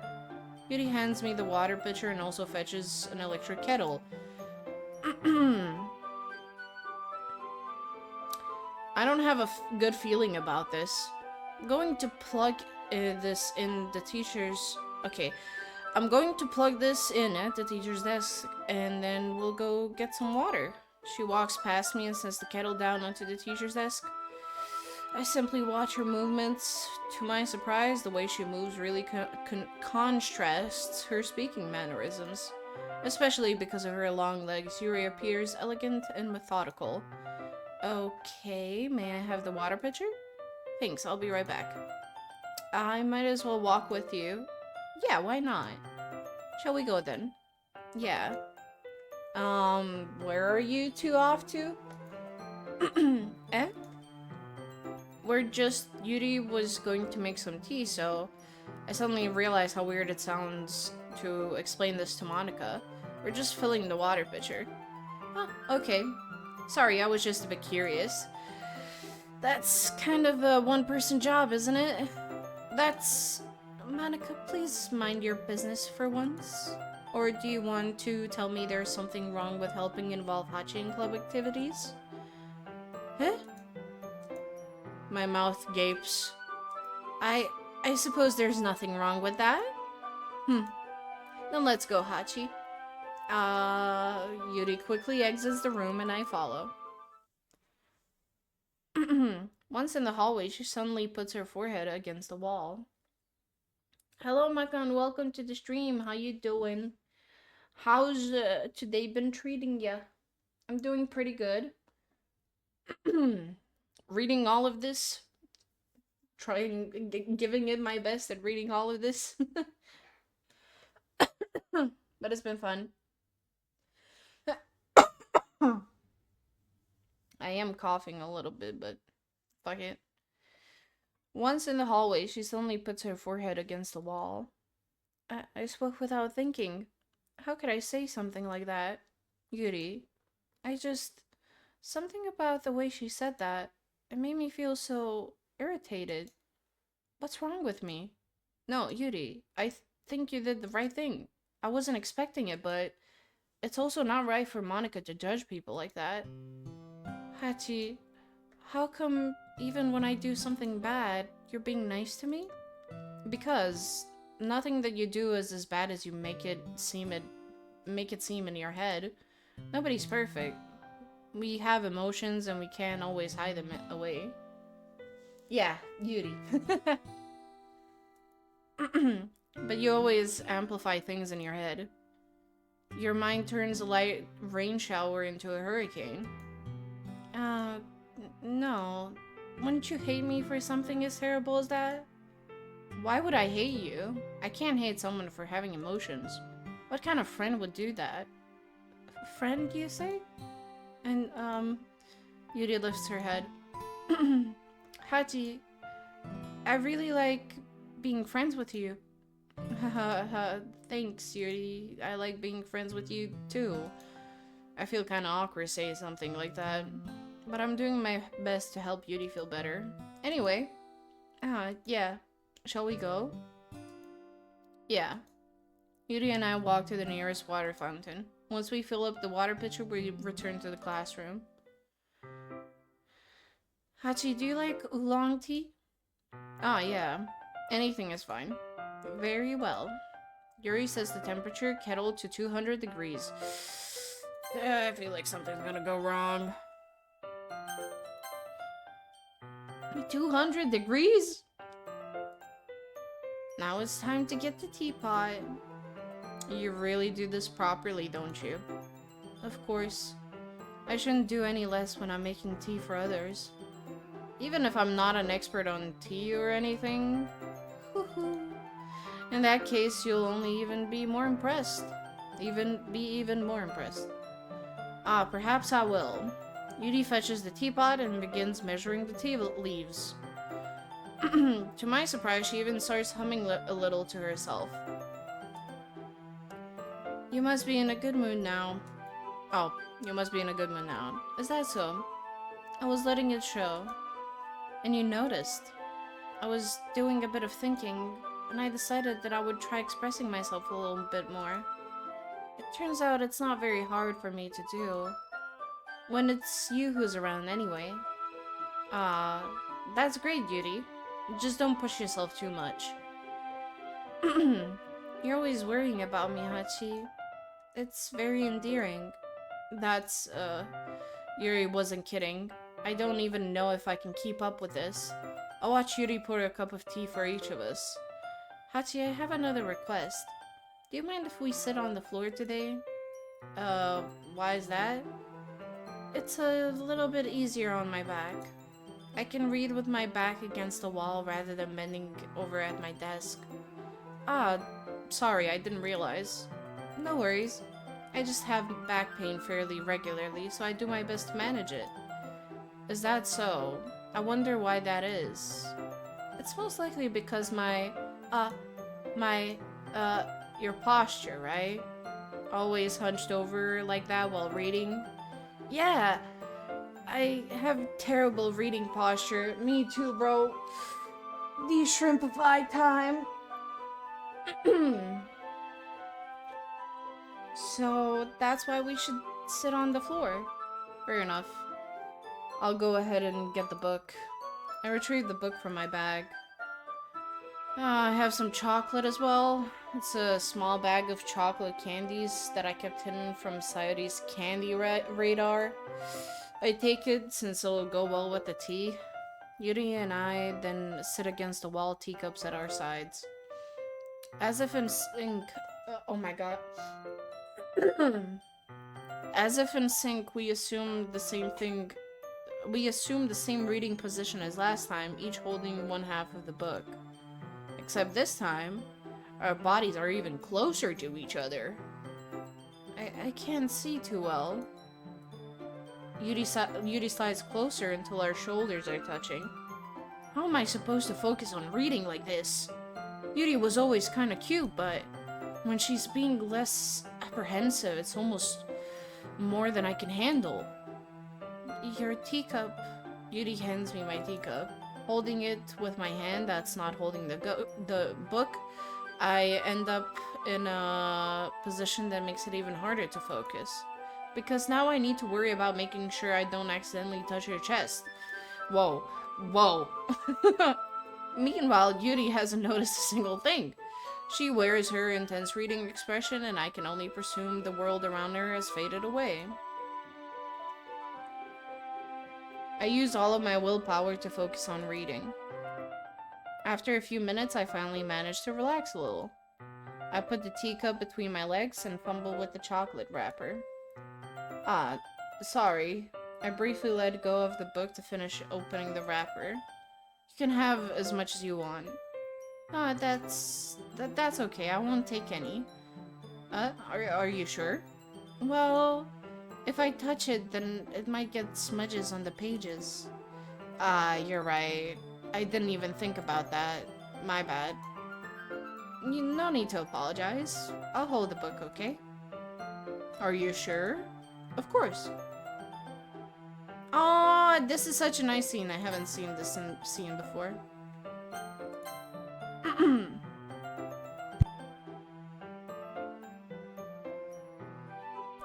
Yuri opens the book with both hands. She holds it so that I don't have any harder of a time reading from it. But as a result, her left arm is practically resting on top of my leg. Well, in that case, Yuri is already totally focused on reading again. I take a chocolate candy and pop it into my mouth. Then I take another chocolate, and I hold it up to Yuri. She doesn't even look away from the book. She simply parts her lips as if this situation was completely natural. But that means I can't stop here. I apprehensively place the chocolate in her mouth. Just like that, Yuri closes her lips over it. Huh? Yuri's expression suddenly breaks. Did I just... Yuri looks at me while she needs to confirm what just happened. Hachi? Sorry, I guess I shouldn't have done that. That's... well... you were just helping. That's something that friends do. Right? I mean, not really in this kind of context, but... yeah.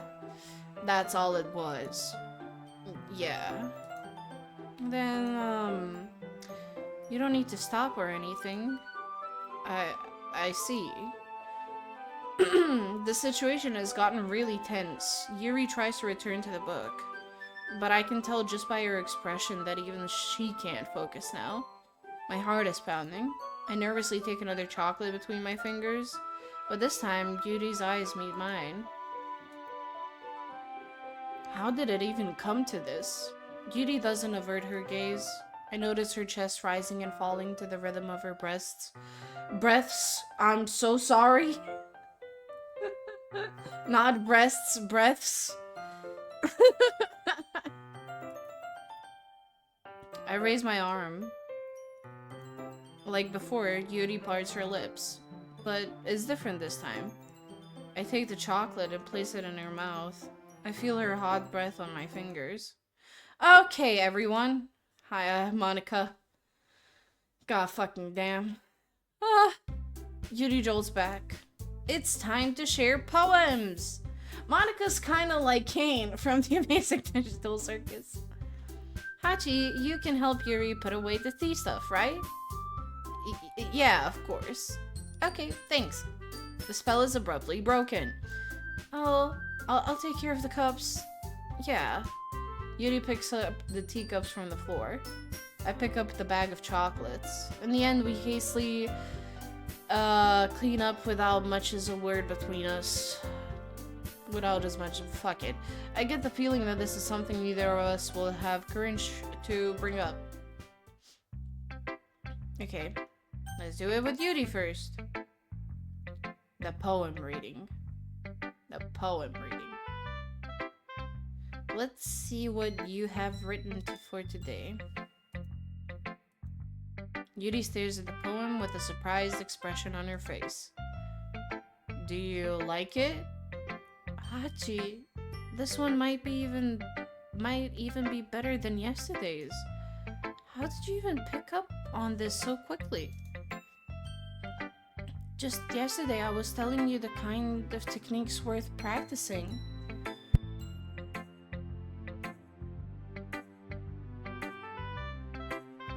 Maybe that's why. You did a good job explaining. I really wanted to try giving it more imagery. Yuri visibly swallows. Even her hands appear sweaty. I'm not used to this. Used to what? I don't know. It's fine, take your time. Fuck. My voice is already messed up.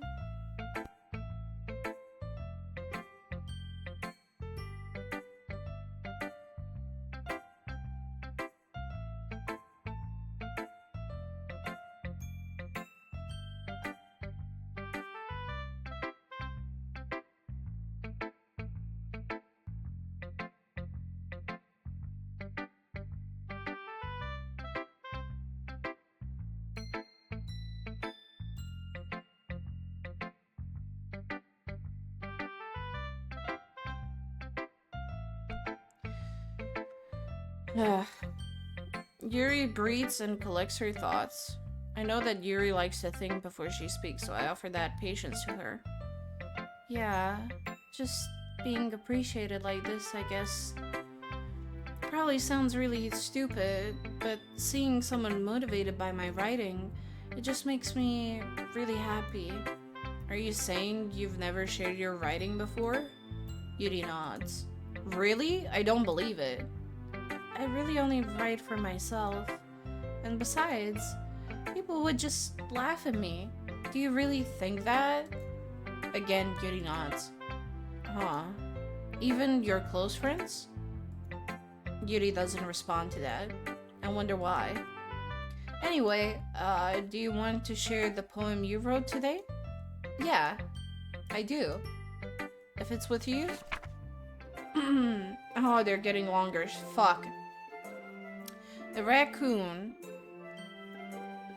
It happened in the dead of the night while I was slicing bread for a guilty snack. My attention was caught by scuttering of a raccoon outside my window. That was, I believe, the first time I noticed my strange tendencies as an unordinary human. I gave the raccoon a piece of bread, my subconscious well aware of the consequence, well aware that a raccoon that is fed will always come back for more. The enticing beauty of my cutting knife was the symptom. The bread, my hungry curiosity, the raccoon, an urge. The moon increments its phase and reflects that much more light off of my cutting knife. Fuck, I didn't read all of that! Fuck. Can I go back? No. Can I? Oh, fuck.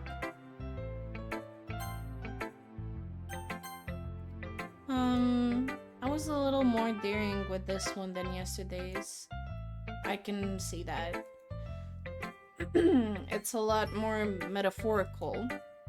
I don't know if it's my fault, but I can't begin to imagine what this poem is about. You're the raccoon, lil bro. That's right. It's a bit closer to my preferred writing style. Using the poems as a canvas to express vivid imagery and conveying emotions through them. Yeah, if I take it at face value, then I can't even figure out what's it supposed to mean.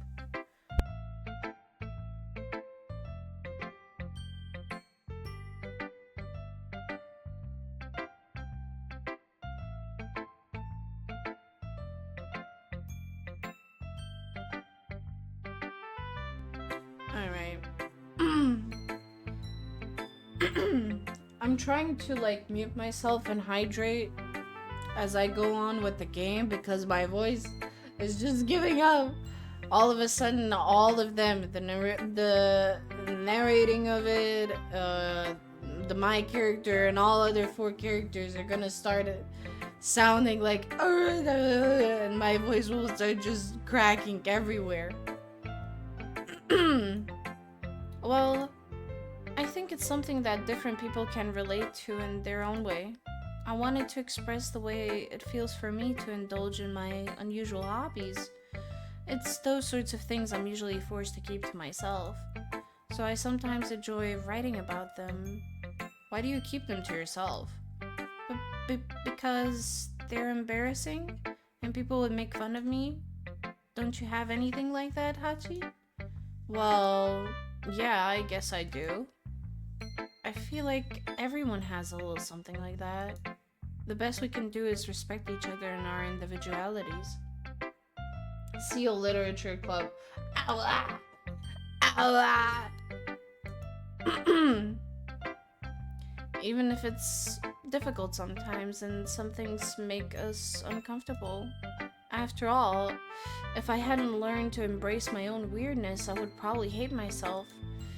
I might be ranting a little bit now, but I'm glad that you're a good listener. You're good at a lot of things. Writing, listening. There really aren't many people like you, Hachi. That's exaggerating a little bit. It's just how I feel. I never thought I would feel so comfortable sharing my writing, but now I almost feel like I look forward to it. It's just a really nice feeling, and you're to thank for that. It's nothing, really. Yuri smiles sincerely at me. For just a moment, her timidness seems to disappear. Let's go to Natsuki. I liked your last one better. Really? Well, yeah, I can tell you were a little more daring with this one. But you're really not good enough for that yet. It felt flat. That may be true, but I just wanted to try something different. I'm still figuring this all out. I mean, I always like poems that aren't trying too hard. I hate when people try to sound fancy or add more meaning just by using annoying and complicated language. Just make it simple, cute, and to the point. Yuri's head over heels for all this cryptic nonsense, but I see right through that BS. Ha! Making your reader look so hard for all this deep meaning is just an excuse to have no meaning at all. I guess that's one way to look at it. Well, everyone has their own opinion, but my opinion is the best opinion. I'm sure you figured that out already. Uh, anyway, here's my poem. Maybe you'll learn something. Amy likes spiders. You know what I heard about Amy? Amy likes spiders. Icky, wriggly, hairy, ugly spiders. That's why I'm not friends with her. Amy has a cute singing voice. I heard her singing my favorite love song.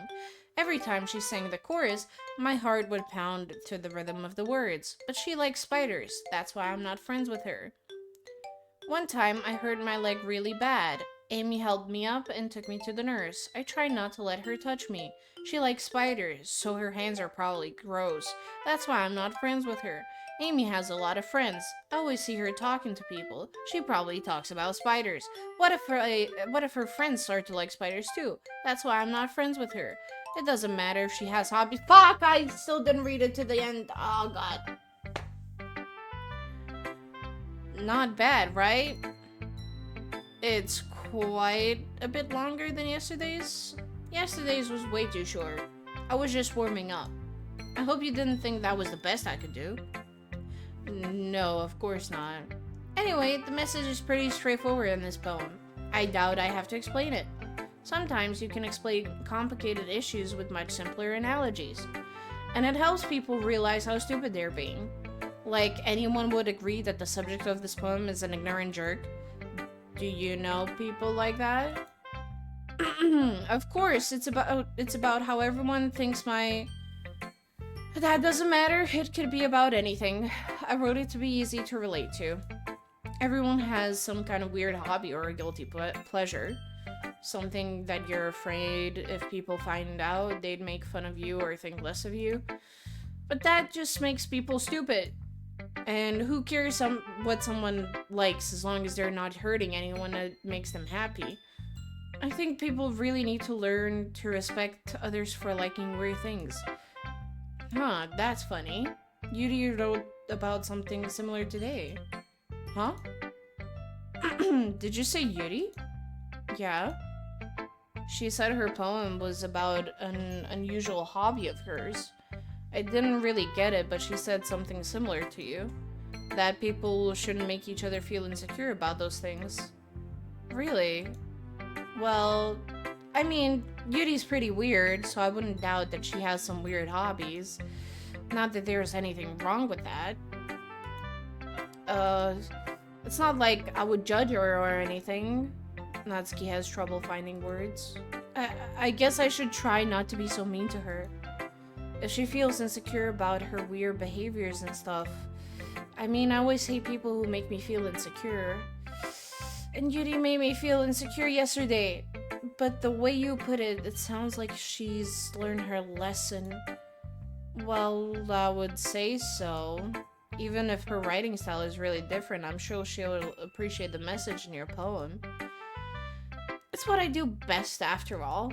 I don't like your writing unless there's a good message to take away from it. Like, conveying emotions is important. But I want to make people think, not just feel. Remember that. I'm gonna write a good one for tomorrow, so look forward to it.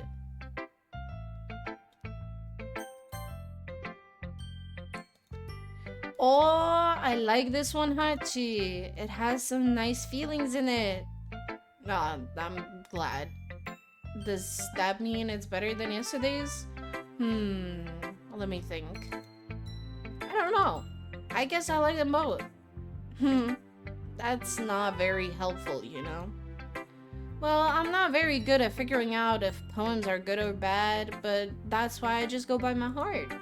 If it makes me feel things, then it must be a good poem. I'm not sure that's exactly how it works. Then again, I guess conveying feelings is a pretty important part of this whole thing. Yeah, maybe. Honestly, I don't even know what kind of writing you like in the first place. Yeah, me neither. Why don't you at least try giving it some thought? You want to write something for me? That's so sweet. Yeah, right. But you're always thinking about other people. You need to think about yourself once in a while. If you don't, you might end up getting hurt at some point. Eh?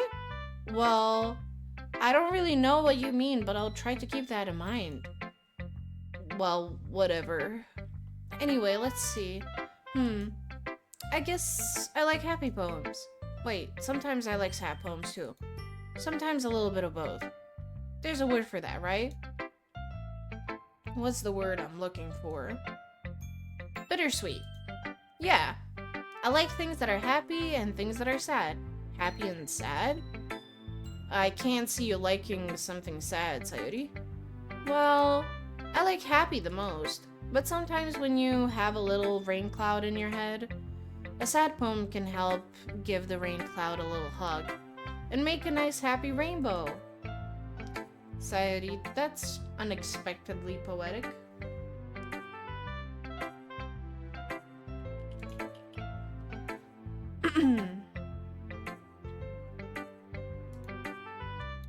Hey, it is? Maybe I'm getting better at expressing my feelings after all. Thanks, Hachi. I should go write that down then. You can read my poem now, okay? Do not click on anything. Holy shit, bottles. I pop off my scalp like the lid of a cookie jar. It's the secret place where I keep all my dreams. Little balls of sunshine, all rubbing together like a bundle of kittens. I reach inside with my thumb and forefinger and pluck one out. It's warm and tingly, but there's no time to waste. I put it in a bottle to keep it safe. And I put the bottle on a shelf with all of the other bottles. Happy thoughts, happy thoughts, happy thoughts, and bottles, all in a row. My collection makes me lots of friends, each bottle a starlight to make amends. Sometimes my friends feel a certain way, down comes a bottle to save the day. Night after night, more dreams, friend after friend, more bottles. Deeper and deeper my fingers go, like exploring a dark cave, discovering the secrets hiding in the nooks and crannies. Digging and digging, scrapping and scrapping. I blow dust off my bottle caps. It doesn't feel like time elapsed. My empty shelf could use some more. My friends look through my locked front door. Finally, all done. I open up, and in come my friends, and they come in such a hurry. Do they want my bottles that much? I frantically pull them from the shelf one after another, holding them out to each and every friend, each and every bottle, but every time I let one go, it shatters against the tile between my feet. Happy thoughts, happy thoughts, happy thoughts, and shards all over the floor. They were supposed to be for my friends who aren't smiling. They're all shouting, pleading, something. Well, all I hear is echo, echo, echo, echo, echo inside my head. Holy crap. Sayuri, did you really write this? Of course I did. Didn't I tell you yesterday I was gonna write the best poem ever? Yeah, but I mean, I didn't expect something like this coming from you. Monika taught me a whole lot, and I've been really in touch with my feelings recently. I see that. It's almost kind of creepy. Creepy? Well, not exactly. Maybe because I'm so used to you being cheerful. Well, never mind. I'm thinking too hard about it. The point is, it came out good, so you should be proud of it. Aw, thanks. I feel like I was meant to express myself this way. Even if it helps me understand my feelings a little better. Writing is like magic. You've gotten pretty passionate about this, huh? I hope you keep it up. Yeah, writing's the best. I'm gonna keep writing until I die. Haha, don't get ahead of yourself. That is such a good writing joke. Sayuri's always had a habit of getting obsessed with something before dropping it no more than a week later. I wonder if this is one of those times. But seeing the passion in her eyes makes it hard for me to be pessimistic. And Monika. Hi again, Hachi. How's the writing going? Alright, I guess I'll take that. As long as it's not going bad. I'm happy that you're applying yourself. Maybe soon you'll come up with a masterpiece. I wouldn't count on that. You never know. Want to share what you wrote for today? Sure, here you go. Give my poem to Monika. ... Alright, this one's good. It feels like you're not only getting more comfortable with your style, but the imagery is better than the last one I read. Just wondering, but have you been finding inspiration in Yuri's writing style? I guess so. You can't deny that she's talented. Yeah, totally. I think her poems are the most romantic. That's the best way to describe it. She's like a totally different person when she picks up a pen. I noticed that too. Or when she's talking about literature, it's like a light turns on inside her. Sadly, it's hard to get much personal conversation out of her. Trust me, I've tried. Who knows what goes on in that head of hers. I hope you don't mean that in a bad way. No, of course not. I just meant that I wish she didn't keep so much to herself. But still defending her like that, you must be pretty into her. Eh? You completely misunderstood. Calm down, I'm just kidding. Besides, I'm pretty sure she's already got a boyfriend. Wait, really? Yeah, a fictional one anyway. Monika kind of whispers that last part to me. It's just a hunch, but... well, there's not really anything wrong with that. Oh well, I know. Well, I was just saying. But anyway, you want to read my poem now?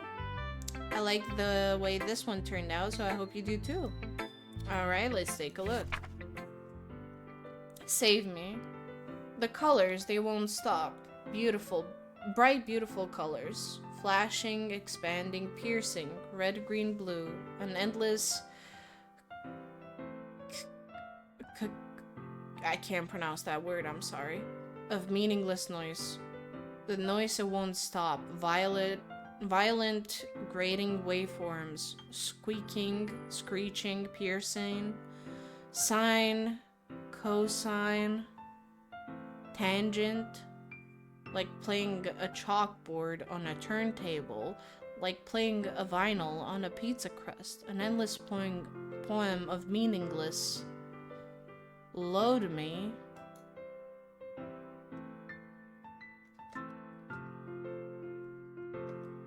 Load me?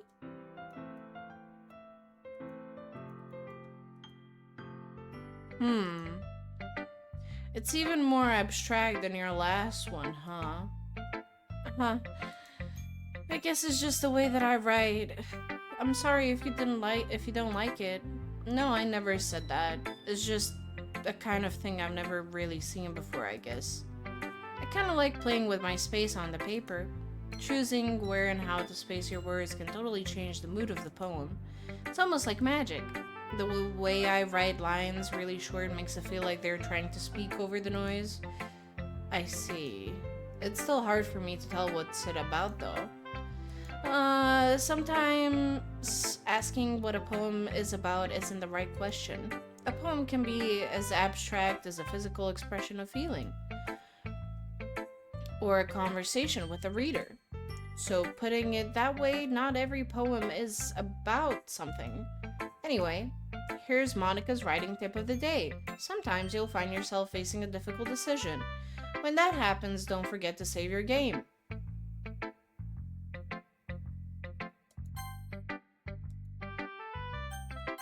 Thank you for reminding me of that. You never know when you might change your mind. Or when something unexpected might happen. Wait, is this tip even about writing? What am I even talking about? Haha, that's my advice for today. Thanks for listening. Okay, everyone, we're all done reading each other's poems, right? I have something extra planned today, so if everyone could come sit at the front of the room. Is this about the festival? Well, sort of. Do we really have to do something for the festival? It's not like we can put together anything good in just a few days. Well, we'll just end up embarrassing ourselves instead of getting any new members. That's a concern of mine as well. I don't really do well with last-minute preparations. Don't worry so much. We're going to keep it simple, okay? We won't need much more than a few decorations. Sayuri has been working on posters, and I've designed some pamphlets we can give out during the event. Okay, that's great and all, but That doesn't tell us what we're actually going to be doing for the event. Sorry, I thought you heard about it already. We're going to be performing. Performing? B- uh, Monica? Yeah, we're going to have a poetry performance. Each of us are going to choose a poem to recite during the event. But the cool part is, we're also going to let anyone else come up and recite poems too. Sayori's putting it all on the posters in case anyone wants to prepare ahead of time. Hehehe. Sayori, who's been coloring a poster, holds it up for us to see. Are you kidding me, Monica? You didn't already start putting those posters up, did you? Well, I did. Do you really think it's that bad of an idea? Well, no, it's not a bad idea. But I didn't sign up for this, you know? There is no way I'm going to be performing in front of a group of people like that. I agree with Natsuki. I could never in my life do something like that. Imagining it, Yuri shakes her head in fear. Guys, no, Sayori. I understand where they're coming from. Remember that Natsuki and Yuri have never shared their poems with anyone until just a couple days ago. It's a lot to ask for them to recite their poems out loud for a room full of people. Fuck it. Oh my god. I guess I kind of overlooked that. So I'm sorry. But I still think we should give it our best. We're the only ones responsible for the fate of this club. If we start the event and each put on a good performance, then it will inspire others to do the same.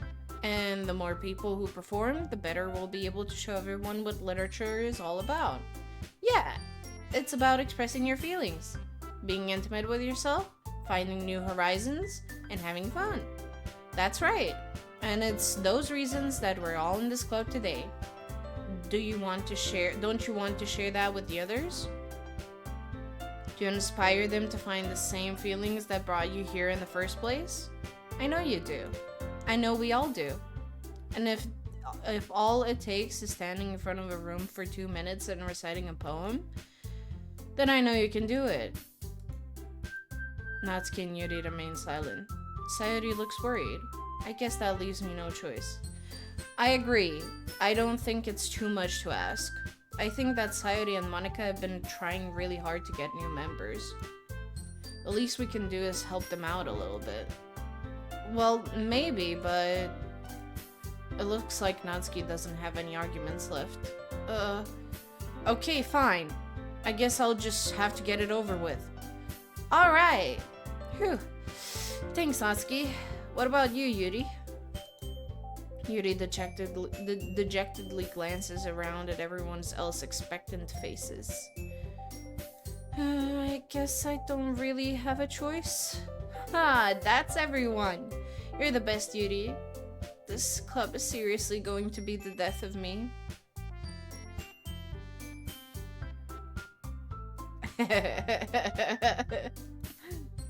Oh gosh. You'll be fine, Yuri.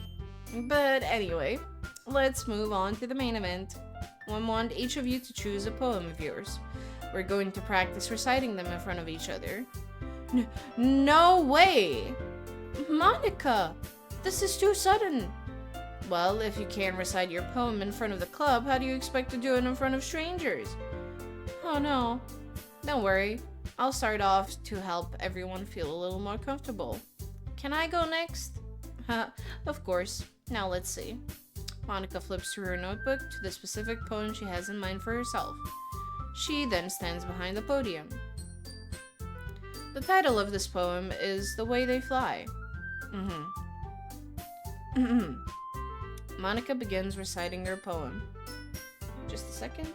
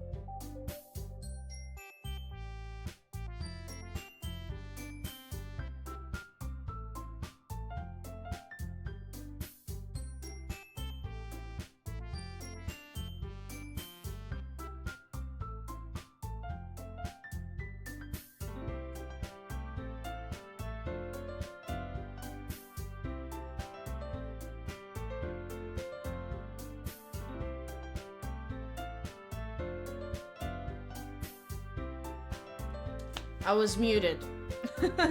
I got a call from, like, it was like a foreign number, like a spam call, and wanted to check it out. And then I muted, like, my mic by tapping on it.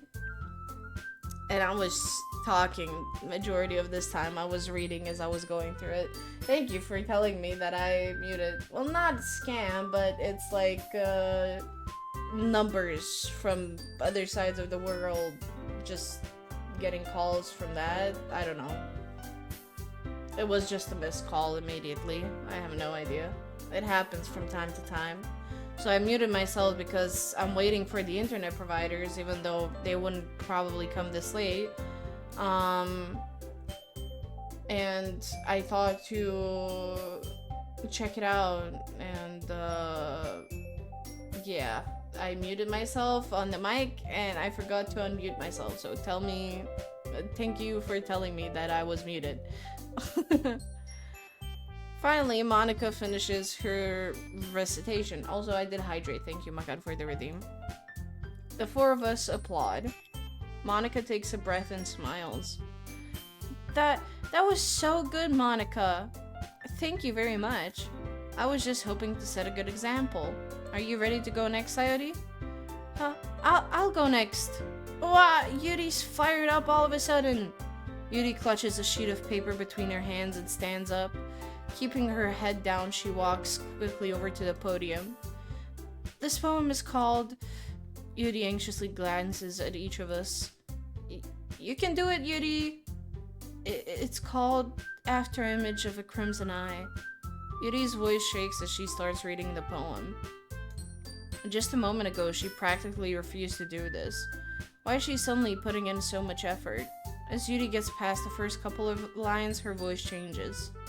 It's almost like what happens when Yuri gets absorbed into her books.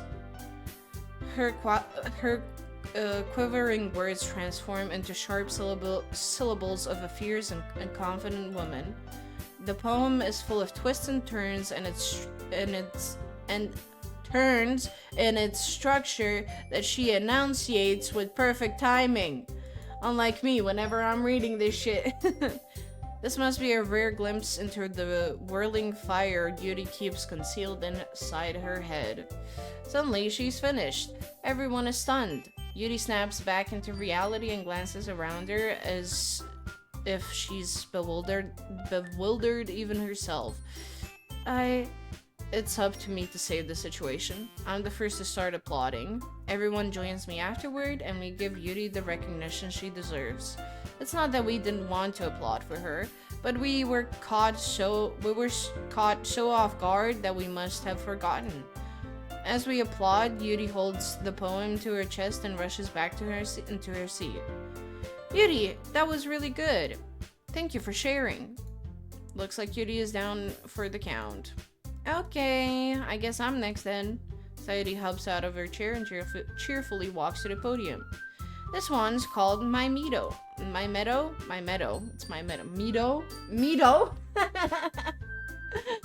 Haha. Sorry, I giggled. Sayori? It's a lot harder than I thought. How did you guys do it so easily? Try not to think of it like you're reciting to other people. Imagine you're reciting it to yourself, like in front of a mirror or in your own head. It's your poem, so it'll come out the best way. So it will come out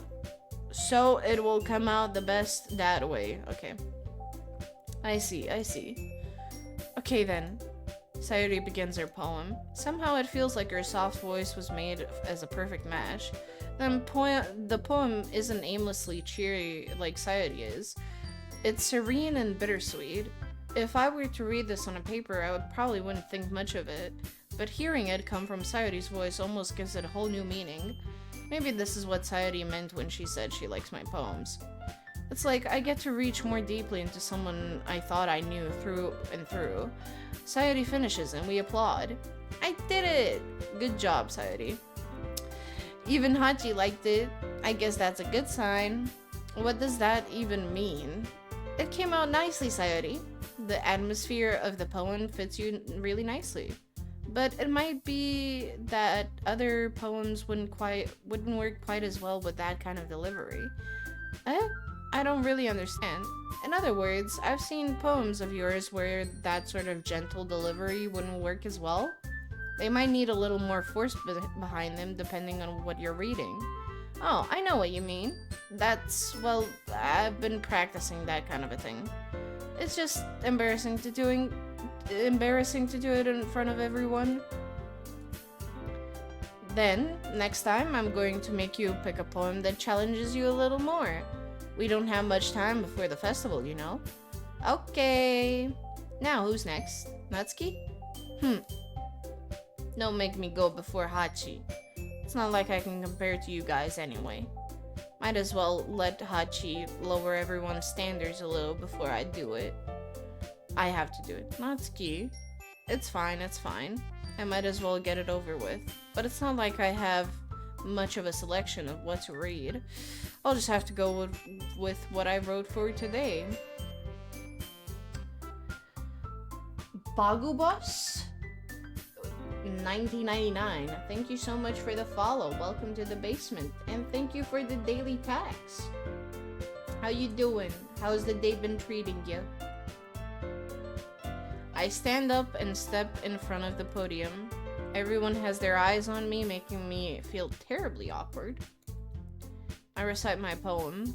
Since I'm not exactly confident in my own writing, it's hard to put... there we go, I'm bald. Thank you. Since I'm not exactly confident in my own writing, it's hard to put energy into it. Despite that, once I finish, I receive applause anyway. Sorry, I'm not really as good as everyone else. Thank you. Don't worry about it so much. I think it's less about your abilities and more about your lack of confidence in your writing. That's something that'll improve over time, though. Yeah, maybe. Alright then. That just leaves you, Natsuki. Yeah, I'm going. Natsuki begrudgingly gets out of her seat and makes her way to the podium. The poem is called... Why are you all looking at me? Because you're presenting? Anyway, the poem is called Jump. Natsuki takes a breath. When she starts reciting the poem, her sour attitude disappears a little. While she's a little unenthused, her poem has a rhythm and a rhyme to it. It's Natsuki's trademark style, and it works surprisingly well when spoken aloud. The words feel like they bounce up and down as if giving life to the poem. Natsuki finishes and everyone applauds. She hops back to her seat. That wasn't so bad, was it? Easy for you to say. You'd better not make me do that again. Well, do you at least feel prepared enough to recite a poem in front of other people? I mean, doing it in front of other people will be way easier. I can put on whatever face I want for other people. But when it's just my friends, it's just embarrassing. That's a surprise, Natsuki. I think it would be the other way around for me. Well, that's just how it is, so... Well, I guess in that case, you won't have much to worry about for the festival. That said, I want to thank everyone for coming through. It might be hard, but I hope that you all have an idea of what it's like now. Make sure you pick a poem and get enough practice before the festival, okay? I'll be making pamphlets, so let me know ahead of time what you'll be reciting. Jeez, I should probably find some other poem to recite instead. That's fine too. It doesn't have to be your own. I'm already pleasantly surprised that you're putting in all this effort for the club. It makes me really happy. Yeah, no problem. Okay, everyone. I think that's about it for today. I know the festival is coming up, but let's try to write poems for tomorrow as well. It's been working out really nicely so far, so I'd like to continue that. As for the festival, we'll finish planning tomorrow, and then we'll have the weekend to prepare. Monday's the big day. I can't wait. I can do this. Alright. I stand up. There's no way I'll be able to find the same enthusiasm as Sayuri and Monika, but I'll do my best and get through it.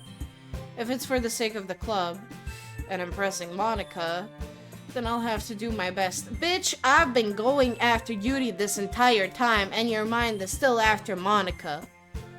Ho! Ready to go, Sayuri? Yep. Look at you two always going home together like that. It's kinda adorable, isn't it? Jeez, guys, don't make such a big deal out of it. It must be a little nice, though. Well, how am I supposed to respond to that? It's okay, Hachi, you don't have to say it. Whatever, let's go already. I walk home with Sayuri once more. Even though it's only been a few days, a lot of things have already changed. But today, Sayuri is being a little quieter than usual on the way home. Hey, Sayuri. Sorry, I was spacing out. No wonder.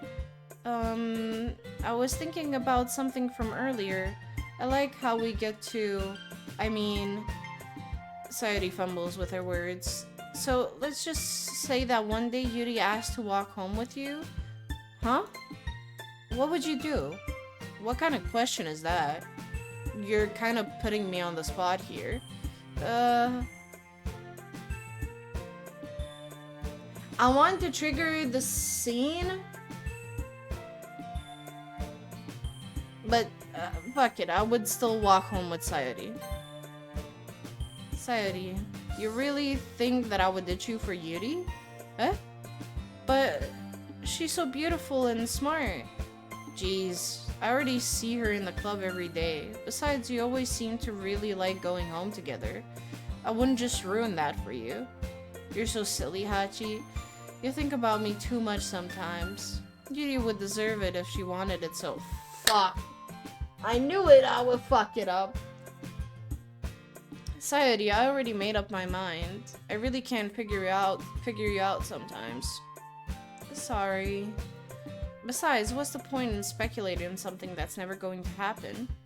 The conversation trails off. It's kind of a weird thing for Sayuri to care so much about that.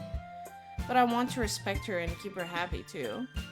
Then again, the festival is only a few days away. Who knows what will happen in that time? Right, now it's the poem time. So I'm gonna save it here. And I'm going to take another little quick break. And then we'll continue with the game. Oh god.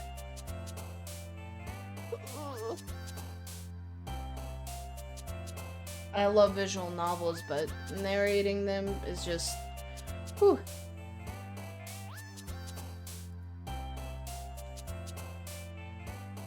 Alright. I'll leave you with that face.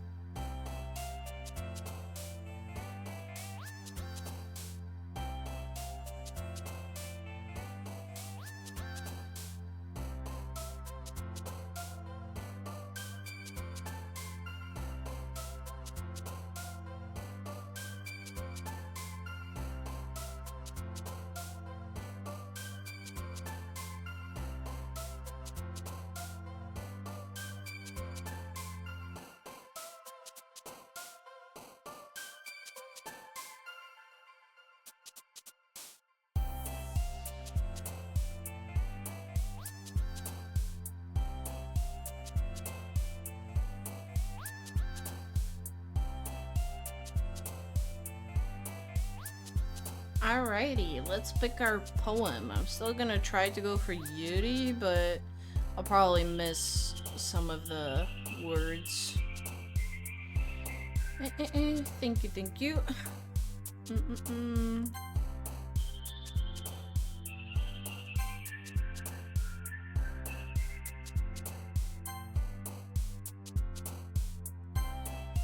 Aw, fuck.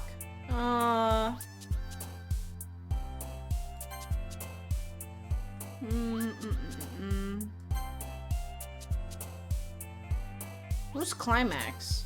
Oh, okay. Alright. Eternity.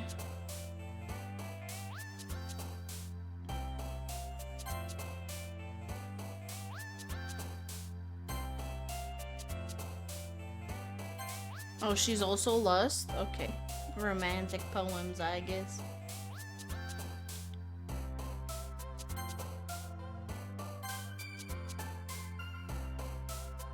Who's Doki Doki? Okay.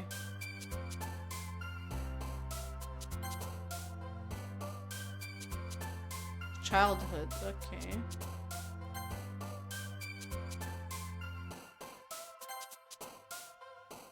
Contamination. Oh, fuck, I clicked on the last one without even seeing what it was.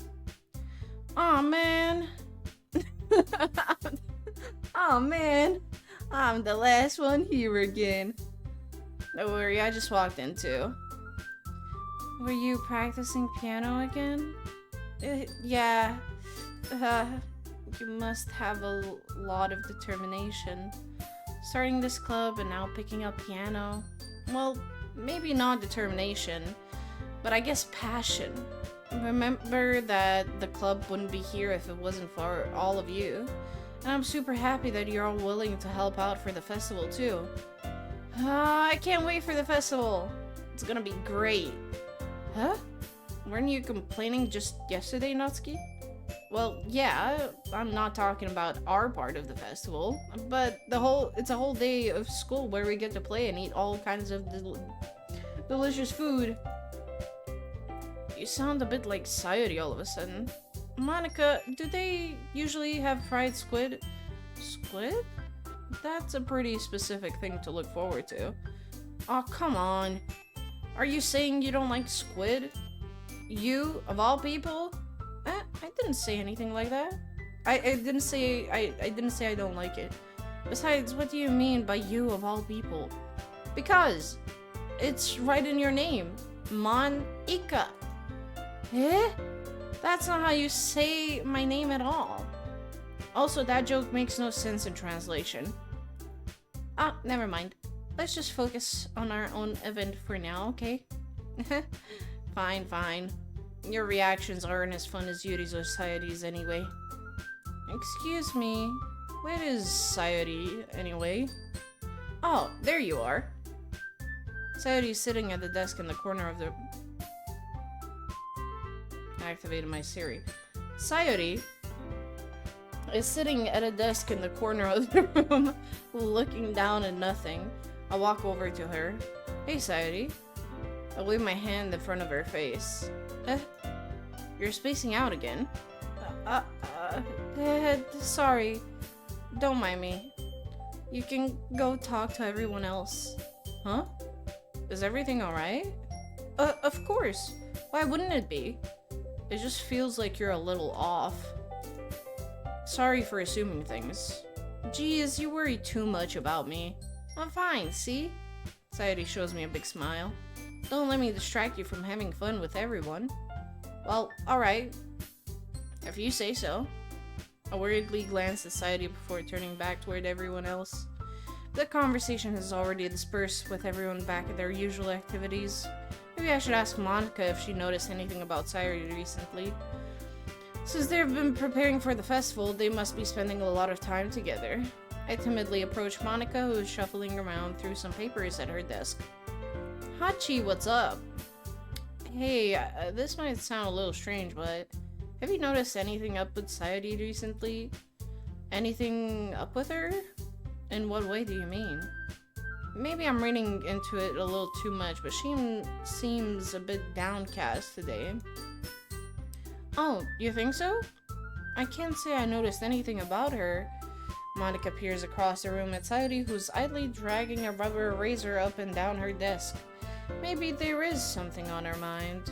But I'm surprised I'm not the one asking you, Hachi. You certainly know her a lot better than I do. Yeah, but she's never really like this. She's always talked to me about things that bother her. But this time, when I asked her, she was really dismissive. Sorry, I know it's not your problem. I just wanted to ask if you knew anything, so I'll drop it now. No. It's important to me too. I mean, I'm also friends with her. And I also care about the well-being of my club members, you know? Maybe I'll try talking to her myself. Are you sure about that? She seemed like she wanted to be left alone. Are you sure? Maybe she just has a hard time bringing it up with a person of interest. Person of interest? What do you mean by that? I'm saying that maybe the thing on her mind is you, Hachi. Me? How on earth would you come to that conclusion? Well, I probably shouldn't say too much, but Sayuri talks about you more than anything else, you know. Huh? She's been so much happier ever since you joined this club. It's like an extra light was turned on inside of her. What? No way. Sayuri is always like that. She's always been full of sunshine. It's not any different now than it always has been. You're so funny, Hachi. Have you thought that maybe you've always seen her as so cheerful because that's just how she is when she's around you? I said too much. I'm sorry. What do I know anyway? I didn't mean to jump to conclusions, so you should just forget about what I said. I'll try to talk to her, so try not to think about it for now. Ah, alright. Monika smiles meaningfully. I know she said to forget about it, but I already know I won't be able to get her words out of my head. Monika stands up from her desk and walks across the room where Sayuri is sitting. I watch her kneel down next to Sayuri and gently talk to her, but she's keeping her voice so quiet that I can't hear her from here. I sigh and sit myself down. I know Sayuri told me not to worry about her and to have fun with everyone else, but that's impossible to do when she's behaving like this. Exactly how much do I care for her that I'm letting this weigh me down so much? Now it feels like I'm the one behaving out of the ordinary. But there's nothing I can do besides wait for Monika. Why does it feel like I'm being watched? I glance around the room. Suddenly I notice Yuri peering at me from over her book, but she looks away just as quickly with a flustered look on her face. I realize that she won't get anywhere like this. I've never really seen Yuri approach anyone or start a conversation on her own accord, so I have no choice but to approach her myself. By now, it's a little easier for me to do that. I stand up from my desk and sit in one next to her own. I didn't mean to bother you or anything. Relax, you didn't even do anything. But I could tell that you wanted to be alone with your thoughts. Alone with my thoughts? How were you even able to tell what I was thinking like that? Well, it's something that I do a lot, so it wasn't hard for me to spot based on your posture and expression. Not that I was staring or anything. I didn't do anything creepy like that. In any case, I guess you were right. I'm sorry if I caused you any concern. Don't apologize. Your troubles are the only concern of those who willingly share in that concern. Of course, there are certainly those who find the most comfort in keeping to themselves, but if you would prefer to share what's on your mind, then I would be glad to listen. It's really not that big of a deal. I was just feeling a bit uneasy about Sayuri. Sayuri? Yeah, she seems a little off today, but when I asked her about it, she didn't want to admit it to me. So I can't help but wonder if something happened to her. Oh, that's quite romantic. Huh? Sorry. I didn't mean to say something stupid. It's not that, I just didn't want you to misunderstand. Sayuri and I have been friends for a long time, that's all. Ah, I see. Then perhaps it is unusual for her to be dismissive to you about her feelings. Or maybe I'm just reading into it a little too much. Hachi, The world is full of meaning often hidden deep beneath plain sight, and there are many untold mysteries behind every person, no matter how well you may know them. So you think that there might be something behind it after all? Mm-hmm. I think that Sayori is a very complex person. Her mannerisms on the outside don't always match what may be going on inside her head, and she may not always know what she wants. I noticed her strange behavior today too, and I also feel some concern for her. But in your case, it looked like she was fully occupying your thoughts, wasn't she? Well, I guess that was the case. Sayori, she really means a lot to you, doesn't she? I guess? But you don't need to put it that way. We're just good friends, that's all. Yuri suddenly looks deeply into my eyes. Her expression is gentle and curious, as if she was searching for something. Embarrassed, I avert my gaze. Sometimes, a person's mysteries are untold even to themselves, and you, as someone honest and caring, may uncover feelings you weren't aware were in you. That is, I think that she would be a very fortunate person to have you feel that way about her.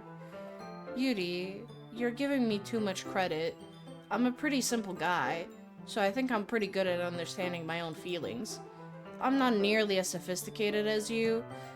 Uh, that's not a compliment, is it? It is what it is. Anyway, as long as we're here, why don't we do some reading? Well, as long as you're okay with it. Yeah, I should be taking my mind off this whole thing anyway. Okay, everyone. After some time passes, Monika calls out to the club room. Why don't we share our poems now? Before I know it, everything is back to normal. Everyone goes to retrieve their poems, and I do the same. I make eye contact with Monika, and she smiles at me. I wonder what she was talking about with Sayori. Let's go to Sayori first. It's nice, I guess. Come on, I can already tell that you don't like it. Well, you don't need to worry about what I think. After all, you wrote this for someone else, didn't you? Probably Yuri. Eh? I didn't write this for anyone specifically. Maybe. That's not really what I meant, though. But it's okay. You're making new friends, just like I was hoping. That makes me really happy. And you're happy too, right? In this club? Well, of course I am. Good. That's all that matters to me. Thank you, Haji. Sayori, is there something wrong? Huh? No, nothing. I'm just a little tired today. Alright. Just tell me if you need anything. I will. Don't worry about me, okay? You can go play with everyone else now. If you insist. Yay! I'm gonna go home a little bit early today. Oh, so it's tomorrow. Okay. Sayori? Tell Monika I wasn't feeling well, okay? I'll see you tomorrow. Before I can say anything, Sayori cheerfully walks out of the classroom, humming to herself. Sure, let's do Natsuki. This one's alright. Alright? Well, yeah, it doesn't blow me away, but there's nothing I really hate about it. It's just not really my style. I mean, that's fine. Come to think of it, this kind of reminds me of Sayori's poem from yesterday. You think so? Yeah, well, I guess if you've been friends with her for so long, you might be on the same wavelength. But you never really struck me as her type. Sayori has a type all of a sudden? Well, I don't know, but honestly, how can someone so, fluffy spend so much time with someone like you? It's like she's dragging around a dead weight. That was a little unnecessary. But think of it this way, if it weren't for me, she would probably just fly away like letting go of a balloon. You could say we take care of each other in our own way. Whatever it is, I don't get it. Oh yeah, I guess I'm supposed to show you my poem. Here. I'll be your bench. Your mind is so full of troubles and fears that diminished your wonder over the years. But today I have a special place, a bench for us to go.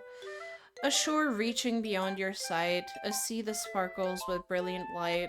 The walls in your mind will melt away before the sunny glow. I'll be the beach, I'll be the beach that washes your worries away. I'll be the beach that you daydream about each day. I'll be the beach that makes your heart leap in a way you thought had left you long ago. Let's bury your heavy thoughts in a pile of sand, bathe in the sunbeams and hold my hand. Wash your insecurities in the salty sea and let me see you shine. Let's leave your memories in a footprint trail. We'll set you free in my windy sail and remember the reasons you're wonderful when when you press your lips to mine. Damn, she getting into it. I'll be the beach that washes your worries away. I'll be the beach that you daydream about each day. I'll be the beach that makes your heart leap in a way you thought had left you long ago. But if you let me be by your side, your own beach, your own escape, you'll learn to love yourself again. Yeah, I felt like I kept writing about negative things, so I wanted to write something with a nice message for once. Besides, the beach is awesome. Kinda hard to write anything negative about the beach. Oh man, the amount of stories that I've read, and it's always the ocean, it's always the beach where the most tragic scenes happen. So you decided to write about the beach first and then come up with the message later? Yeah, well, it's only because of what happened yesterday. I mean, after Yuri and I realized we kind of wrote about the same thing, she wanted to pick a topic and have us both write about it or whatever. You can really see her doing that too, making us write about simple topics, then trying to impress me by coming up with something all fancy. Well, it's not like I care. I just did it anyway. I mean, I guess mine ended up being kind of metaphorical too. But there's nothing wrong with doing that once in a while. At the very least, that was a good practice. Let's go to Yuri. Hachi, your writing has only improved in these last few days. Every poem you've shown me has been nothing short of spectacular. I can really feel the emotions. I'm a little envious even. I don't think it ever came to me this naturally. Yuri, that's the wrong way to put it. This never did come naturally to me. But I've been able to improve so much thanks to you. You're really the example I was chasing after. Is that so? Yuri gently smiles to herself. This feeling, I'm so glad I got the chance to share my writing. I never thought it would feel like this. I remember you mentioning that yesterday. I can't believe that you're so good at something you've never even shared with anyone. It's kind of a shame. Maybe, but it's not like I really had a choice. What do you mean? Well, Yuri smiles sadly. Hachi, during lunchtime I eat by myself. Did you know that? It's a great time to find a quiet spot and do some reading. In fact, I always have some books with me. You could say I really enjoy reading. Well, that's one way to put it anyway. But books are so full of amazing and inspiring people. People you want to fall in love with. Or people you just know would make you a really good friend. Cheerful people who always put a smile on your face. Or deep thinkers and problem solvers who discovered the mysteries of life. So when you look at it that way, I'm surrounded by friends every day. You know? And those friends don't laugh at me. They don't tease me for spacing out all the time. They don't make fun of my body type. And they don't hate me for acting like a know-it-all. People say that about you? I'm not a know-it-all, Hachi. It's the opposite. I don't know anything. I don't know how to talk to people. I don't know how to make people see me as normal. I don't even know how to make myself happy. I have all these feelings, and all I can do with them is read and write. But it wasn't until now that I started sharing it with you that I really understood what was missing all this time. But I haven't really done anything. No, that's wrong. Just being patient and respectful, that's really important to me. I know I'm a difficult person, Hachi. I speak too slowly. I second guess myself all the time. I read too deeply into things. But every time, You've always treated me just like everyone else. It's so rare that I feel comfortable with myself when I talk to others. But that's why every time I talk to you, I just feel really happy. I see. Well, I treat you how you deserve to be treated, Yuri. And if other people don't see it that way, then screw them.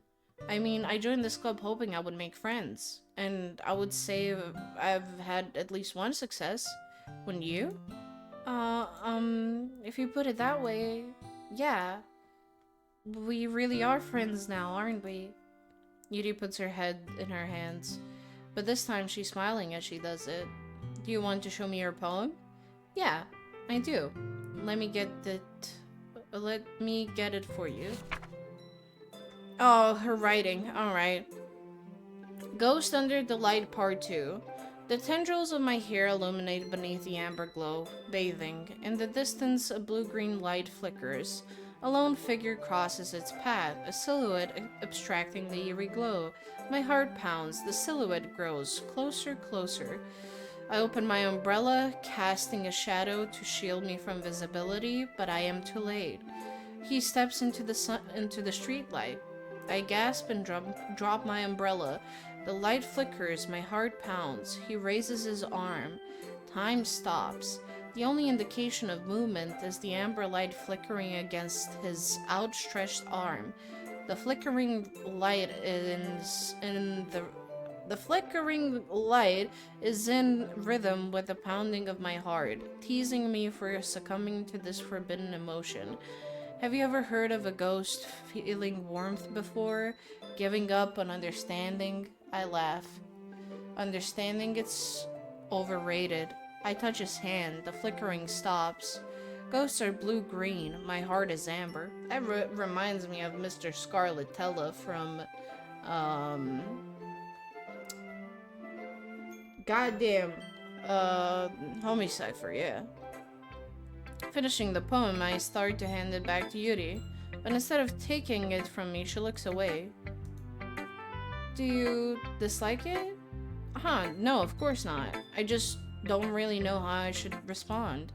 Despite Yuri's poems usually being cryptic, it wasn't hard to figure out what this one was about. Also, this clearly isn't the poem that Natsuki said she wrote about, meaning I'm probably the one she's showing this to. I don't know if I'll be able to explain this one. That's fine. I understand this one. Yuri is having an even harder time speaking than usual. Does this one mean a lot to you? Yuri nods. I'm not really good with words, but I'm happy that you shared it with me. So thank you. And I hope we keep spending time together. Despite my inability to make eye contact, I see a faint smile emerge from Yuri's lips. I once again tried to hand the poem back to her, but instead Yuri gently takes my hands and pushes them back towards me. I hesitate in response to her warm touch. You can, the poem is, once again, Yuri fails to form a complete sentence. You mean I can keep it? Yuri nods. I'd love to. Again, Yuri faintly smiles as if she doesn't want me to notice. You always make me feel nice. I know I'm not good with people, but I hope that I can return the favor sometimes. Yeah, don't worry. I think that you do a good job. Yuri finally turns back toward me. I guess we should move on before Monika says something. But I'm sure we can talk again later. Yeah, I'm sure we will. With that, Yuri timidly smiles at me and I return to my seat so I can put her poem away. Hi Hachi! Have you thought about what you want to submit to perform at the festival? Well, being in this club is one thing, but performing in front of a bunch of people, I'll have to give it some more thought. Okay, no pressure. But whatever you do, I'm sure it'll turn out great. It would also make me happy to see. Haha. Anyway, let's take a look at today's poem. Sure. I'll let Monika take the poem I'm holding in my hands. Your style's gotten so refined, Hachi. Yuri's been teaching you a lot of things, hasn't she? Well, I guess so. Monica says the following thing. Keep up, Hachi. Yeah, I've been noticing how much time you spend with her. I think I've heard her say more words these past couple of days than she's talked in the whole year. Not sure how you did it, but that's pretty impressive. Well, she just needs some patience and a way to talk about all the things in her head, I guess. I'm still getting the hang of it myself. You're certainly putting in a lot of effort. You must really like her. That's...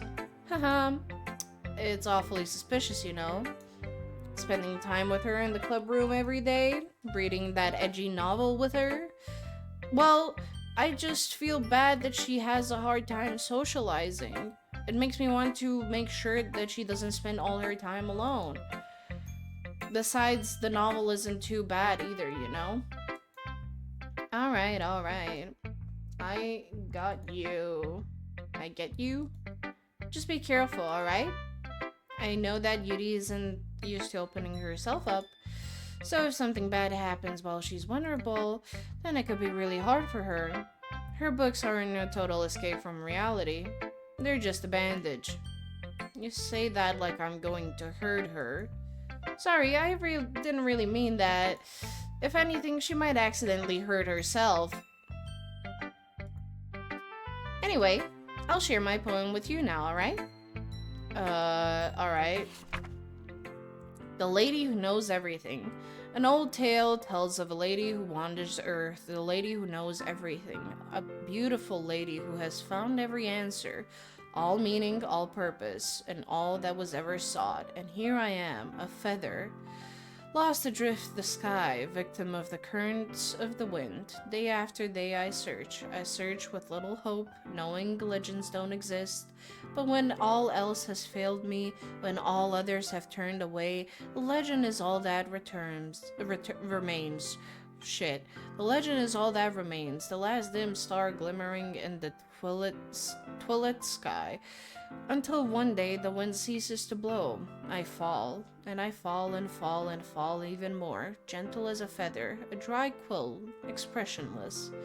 But a hand catches me between the thumb and forefinger, the hand of a beautiful lady. I look at her eyes and find no end to her gaze. The lady who knows everything knows what I'm thinking. Before I can speak, she responds in a hollow voice. I found every answer, all of which amount to nothing. There is no meaning, there is no purpose, and we seek only the impossible. I am not your legend does not exist. And with a breath she blows me back afloat, and I pick up a gust of wind. You know, I feel like learning and looking for answers are these sorts of things that give life meaning. Not to get too philosophical or anything, but it was kind of on my mind, and so that's what I wrote about. I see. I never really put much thought into it. In a way, it's almost paradoxical, because if we had all the answers, wouldn't the world start to lose its meaning? Exactly. You know, there's one thing I noticed. It seems like everyone in this club prefers writing about things that are more sad than happy. Huh, are you surprised? I mean, if everything was okay, we wouldn't really have anything to write about, would we? Again. Very true. Fuck, I'm agreeing with Monica. I mean, without any spoilers, I really like her as a character. I like the entire story. I would like to dive in deeper, so... Yeah. That's why I put her on my thumbnail. Also, I wasn't able to find any other good things out there for the thumbnail either. That kind of fit my style of thumbnails, I guess. Humans aren't two-dimensional creatures. I think you'd know that better than anyone. You mean one-dimensional? Ah, yeah, that. Anyway, here's Monica's writing tip of the day. Are you ever too shy to share your writing because you're afraid it's not that good? It can be really disheartening to get a lukewarm response to something you put so much into. But if you find other people who enjoy writing, then sharing becomes a lot easier. Because instead of just telling that your writing is good or okay or bad, you'll want to focus more on everything that went into it and the things that you can work on. It's much more encouraging that way, and it will make you want to continue improving.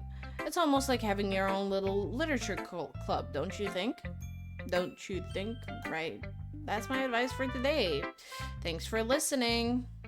Thank you, Monica, for your advice. Okay, you three. We're all done sharing poems, right? Why don't we start figuring out? Hold on a second.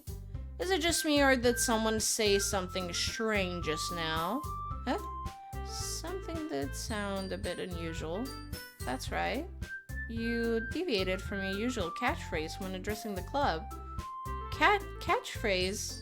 I don't have a catchphrase. Jeez, why is the mood so weird today? Look, even Yuri isn't immune to it. Stagnating air is common, foreshadowing that something terrible is about to happen. In your books, maybe. Look, the only thing different is that Sayori isn't here. Huh. It seems you're right. Sayori always helps lighten the mood a little bit, doesn't she? It's almost like everyone's balance is thrown off a little when she's not around. Where the heck does she run off to anyway? I thought she just went to pee. Natsuki, please show some decency. Oh, come on. She actually wasn't feeling too well and went home early? Is that so? I hope she's alright. Seriously? Of all the times to not go home with her, you picked the time she's not feeling well? So much for you two being all lovey-dovey. No. First of all, stop misunderstanding my friendship with Sayori. And second, she's kind of been avoiding me today, so I didn't want to force it.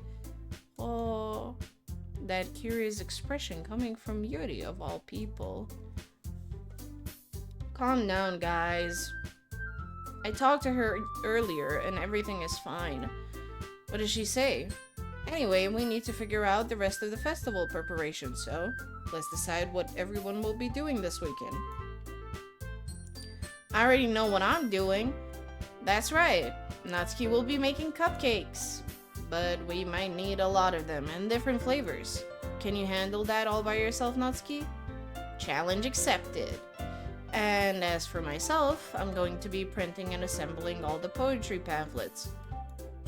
Sayori will be helping me design them. And as for Yuri, you can, guys, can you help me come up with something for Yuri? I'm useless. No, that's not it at all. You're the most talented person here, you know? Now Natsuki's pouting too. Jeez, even I can tell now. I guess I never gave Sayori enough credit, but I can tell things are even harder on you when she's not around. That may be the case, but if I can't also be the leader on my own, then I won't grow as a person. So Yuri, you have beautiful handwriting, you know? So you should make some banners and decorations to help set the atmosphere. Atmosphere? About that, I love atmosphere. Yuri's expression suddenly changes as she stares at her desk in focus and starts nodding to herself. Your mind is already racing, I see. That's great.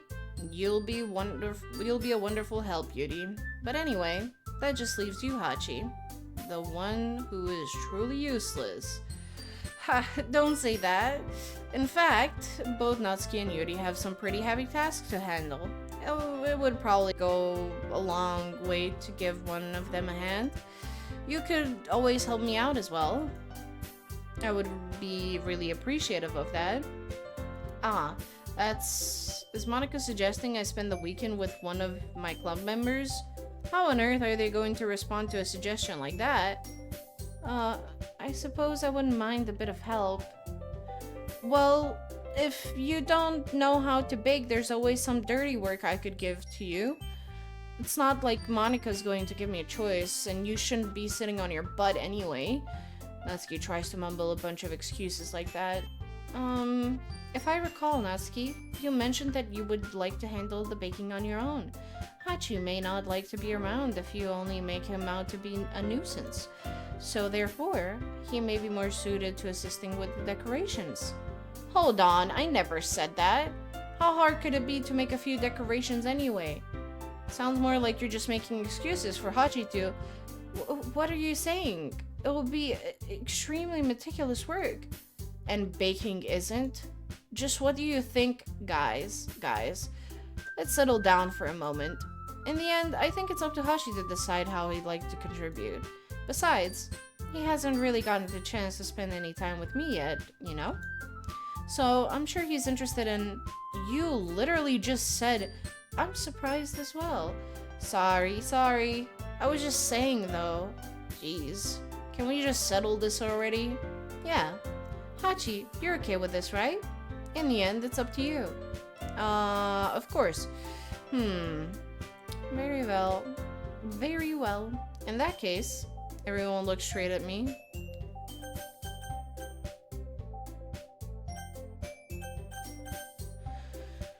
Oh. I'm gonna pick Sayori.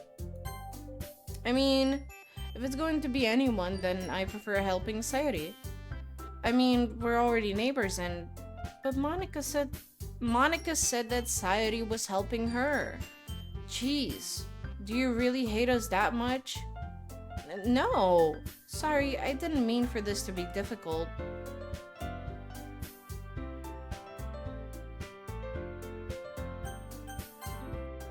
Well, I'll probably be most useful helping out Yuri. Me? Are you serious? Why would you... Natsuki, I can already tell you're about to say something mean. No, I was just saying... So, you'll be helping Yuri then, Hachi? Yeah, that's what I'm going to do. I'm glad. I have a bad habit of overthinking these sort of things, so I think your assistance will be very useful. That's great to hear. Natsuki, will you be able to handle the baking yourself? I mean, yeah. I already said I would be fine. Okay. Should I have picked Monika? Because hers was bolded? Everyone can tell that Natsuki is feeling a little sour. So, is that everything we needed to go over? Yeah, that should be about it. Are you guys excited? Well, excited might not be the right word, but I suppose I'm looking forward to it a little bit. Do you feel the same way, Hachi? Me? I guess you could say I'm interested to see how it'll turn out. That's good enough for me. What about you, Natsuki? Natsuki? Why? Why is everyone yelling at me? I didn't even do anything. No, that's not what I meant at all. Yuri anxiously glances between everyone in the room. I'm sorry for this. I don't really know why Hachi picked me. And also, your cupcakes are the best cupcakes I've ever had. They go really well with my tea. And nothing that I do for the event will compare to that, so... I get it. I'm kinda surprised though. Why?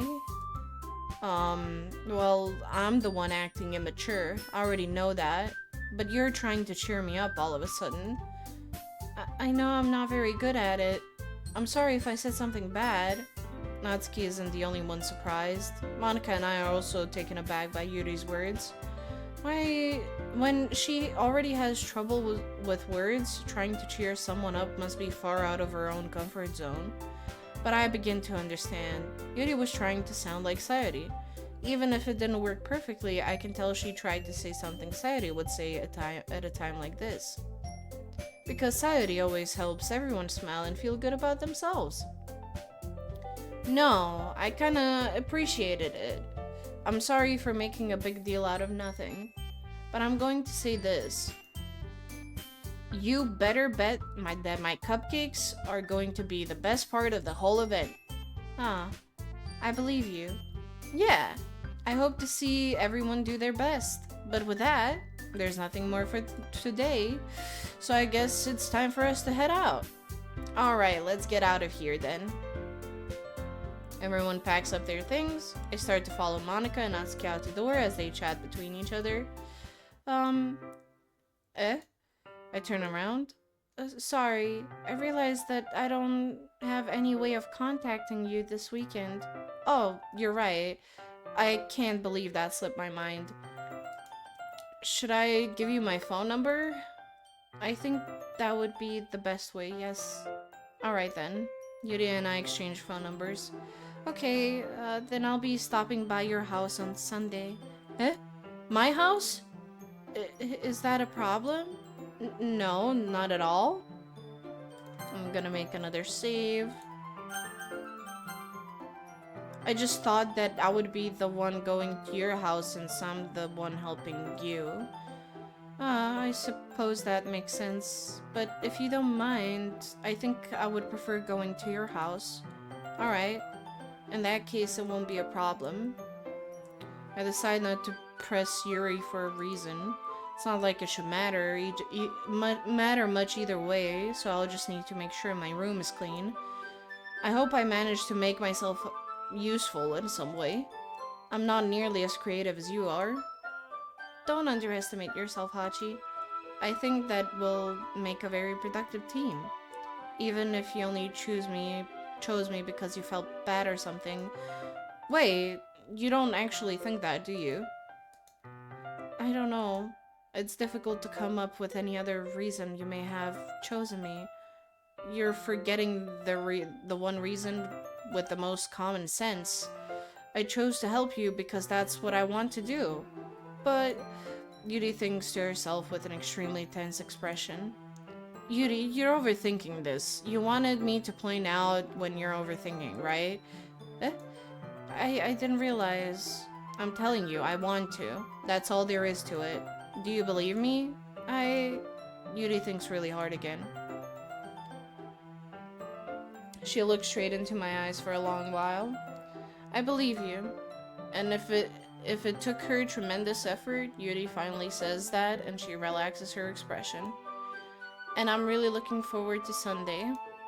Yeah, I am too. After that exchange, I make my way out the door and Yuri follows. I can't believe this. Yuri is going to be coming to my house on Sunday? Even though I would have preferred to do this with Sayori. My anxiety still shoots through the roof. I guess I've gotten pretty used to handling her at this point. But who knows what might end up happening if we're outside of school. She even told me she was looking forward to it. I shake my head. Why do I feel nervous that Sayori finds out about this? It's not like we feel that way about each other. Besides, like Monika said, this is about the club. I have nothing to worry about. If I just go with it, then I'll have a good time. It's already Sunday, so I'm gonna save here. And I am thinking of rating someone right now. And then I might actually transfer the... Instead of Cry of Fear having it for one day before... Oh my god, then that would mean that the rest of my streams are all gonna be visual novels pretty much until the end of the week. Yeah. I would like to continue most likely Doki Doki tomorrow, then after that we have Dead Plate and another visual novel, and then Bendy, so I will keep you updated in the Discord server. For now, we're gonna be rating someone. I have commissioned them before as well because they do some adorable art.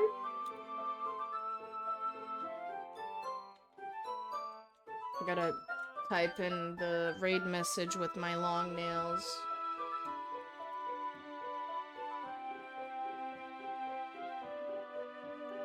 Basement. There we go.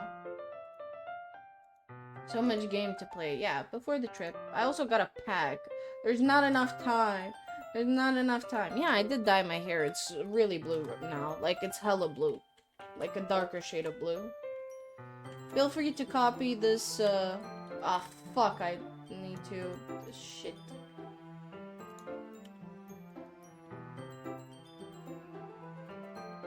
I didn't copy it properly for myself. But yeah, Hachi IRL is really blue. There we go. Make sure to show this streamer support. They do some very, very lovely art. And yeah, I'll see you tomorrow, same time. Eat something nice. I will also have lunch after the stream. And make sure to stay hydrated and get enough rest. Peace out. Bye-bye.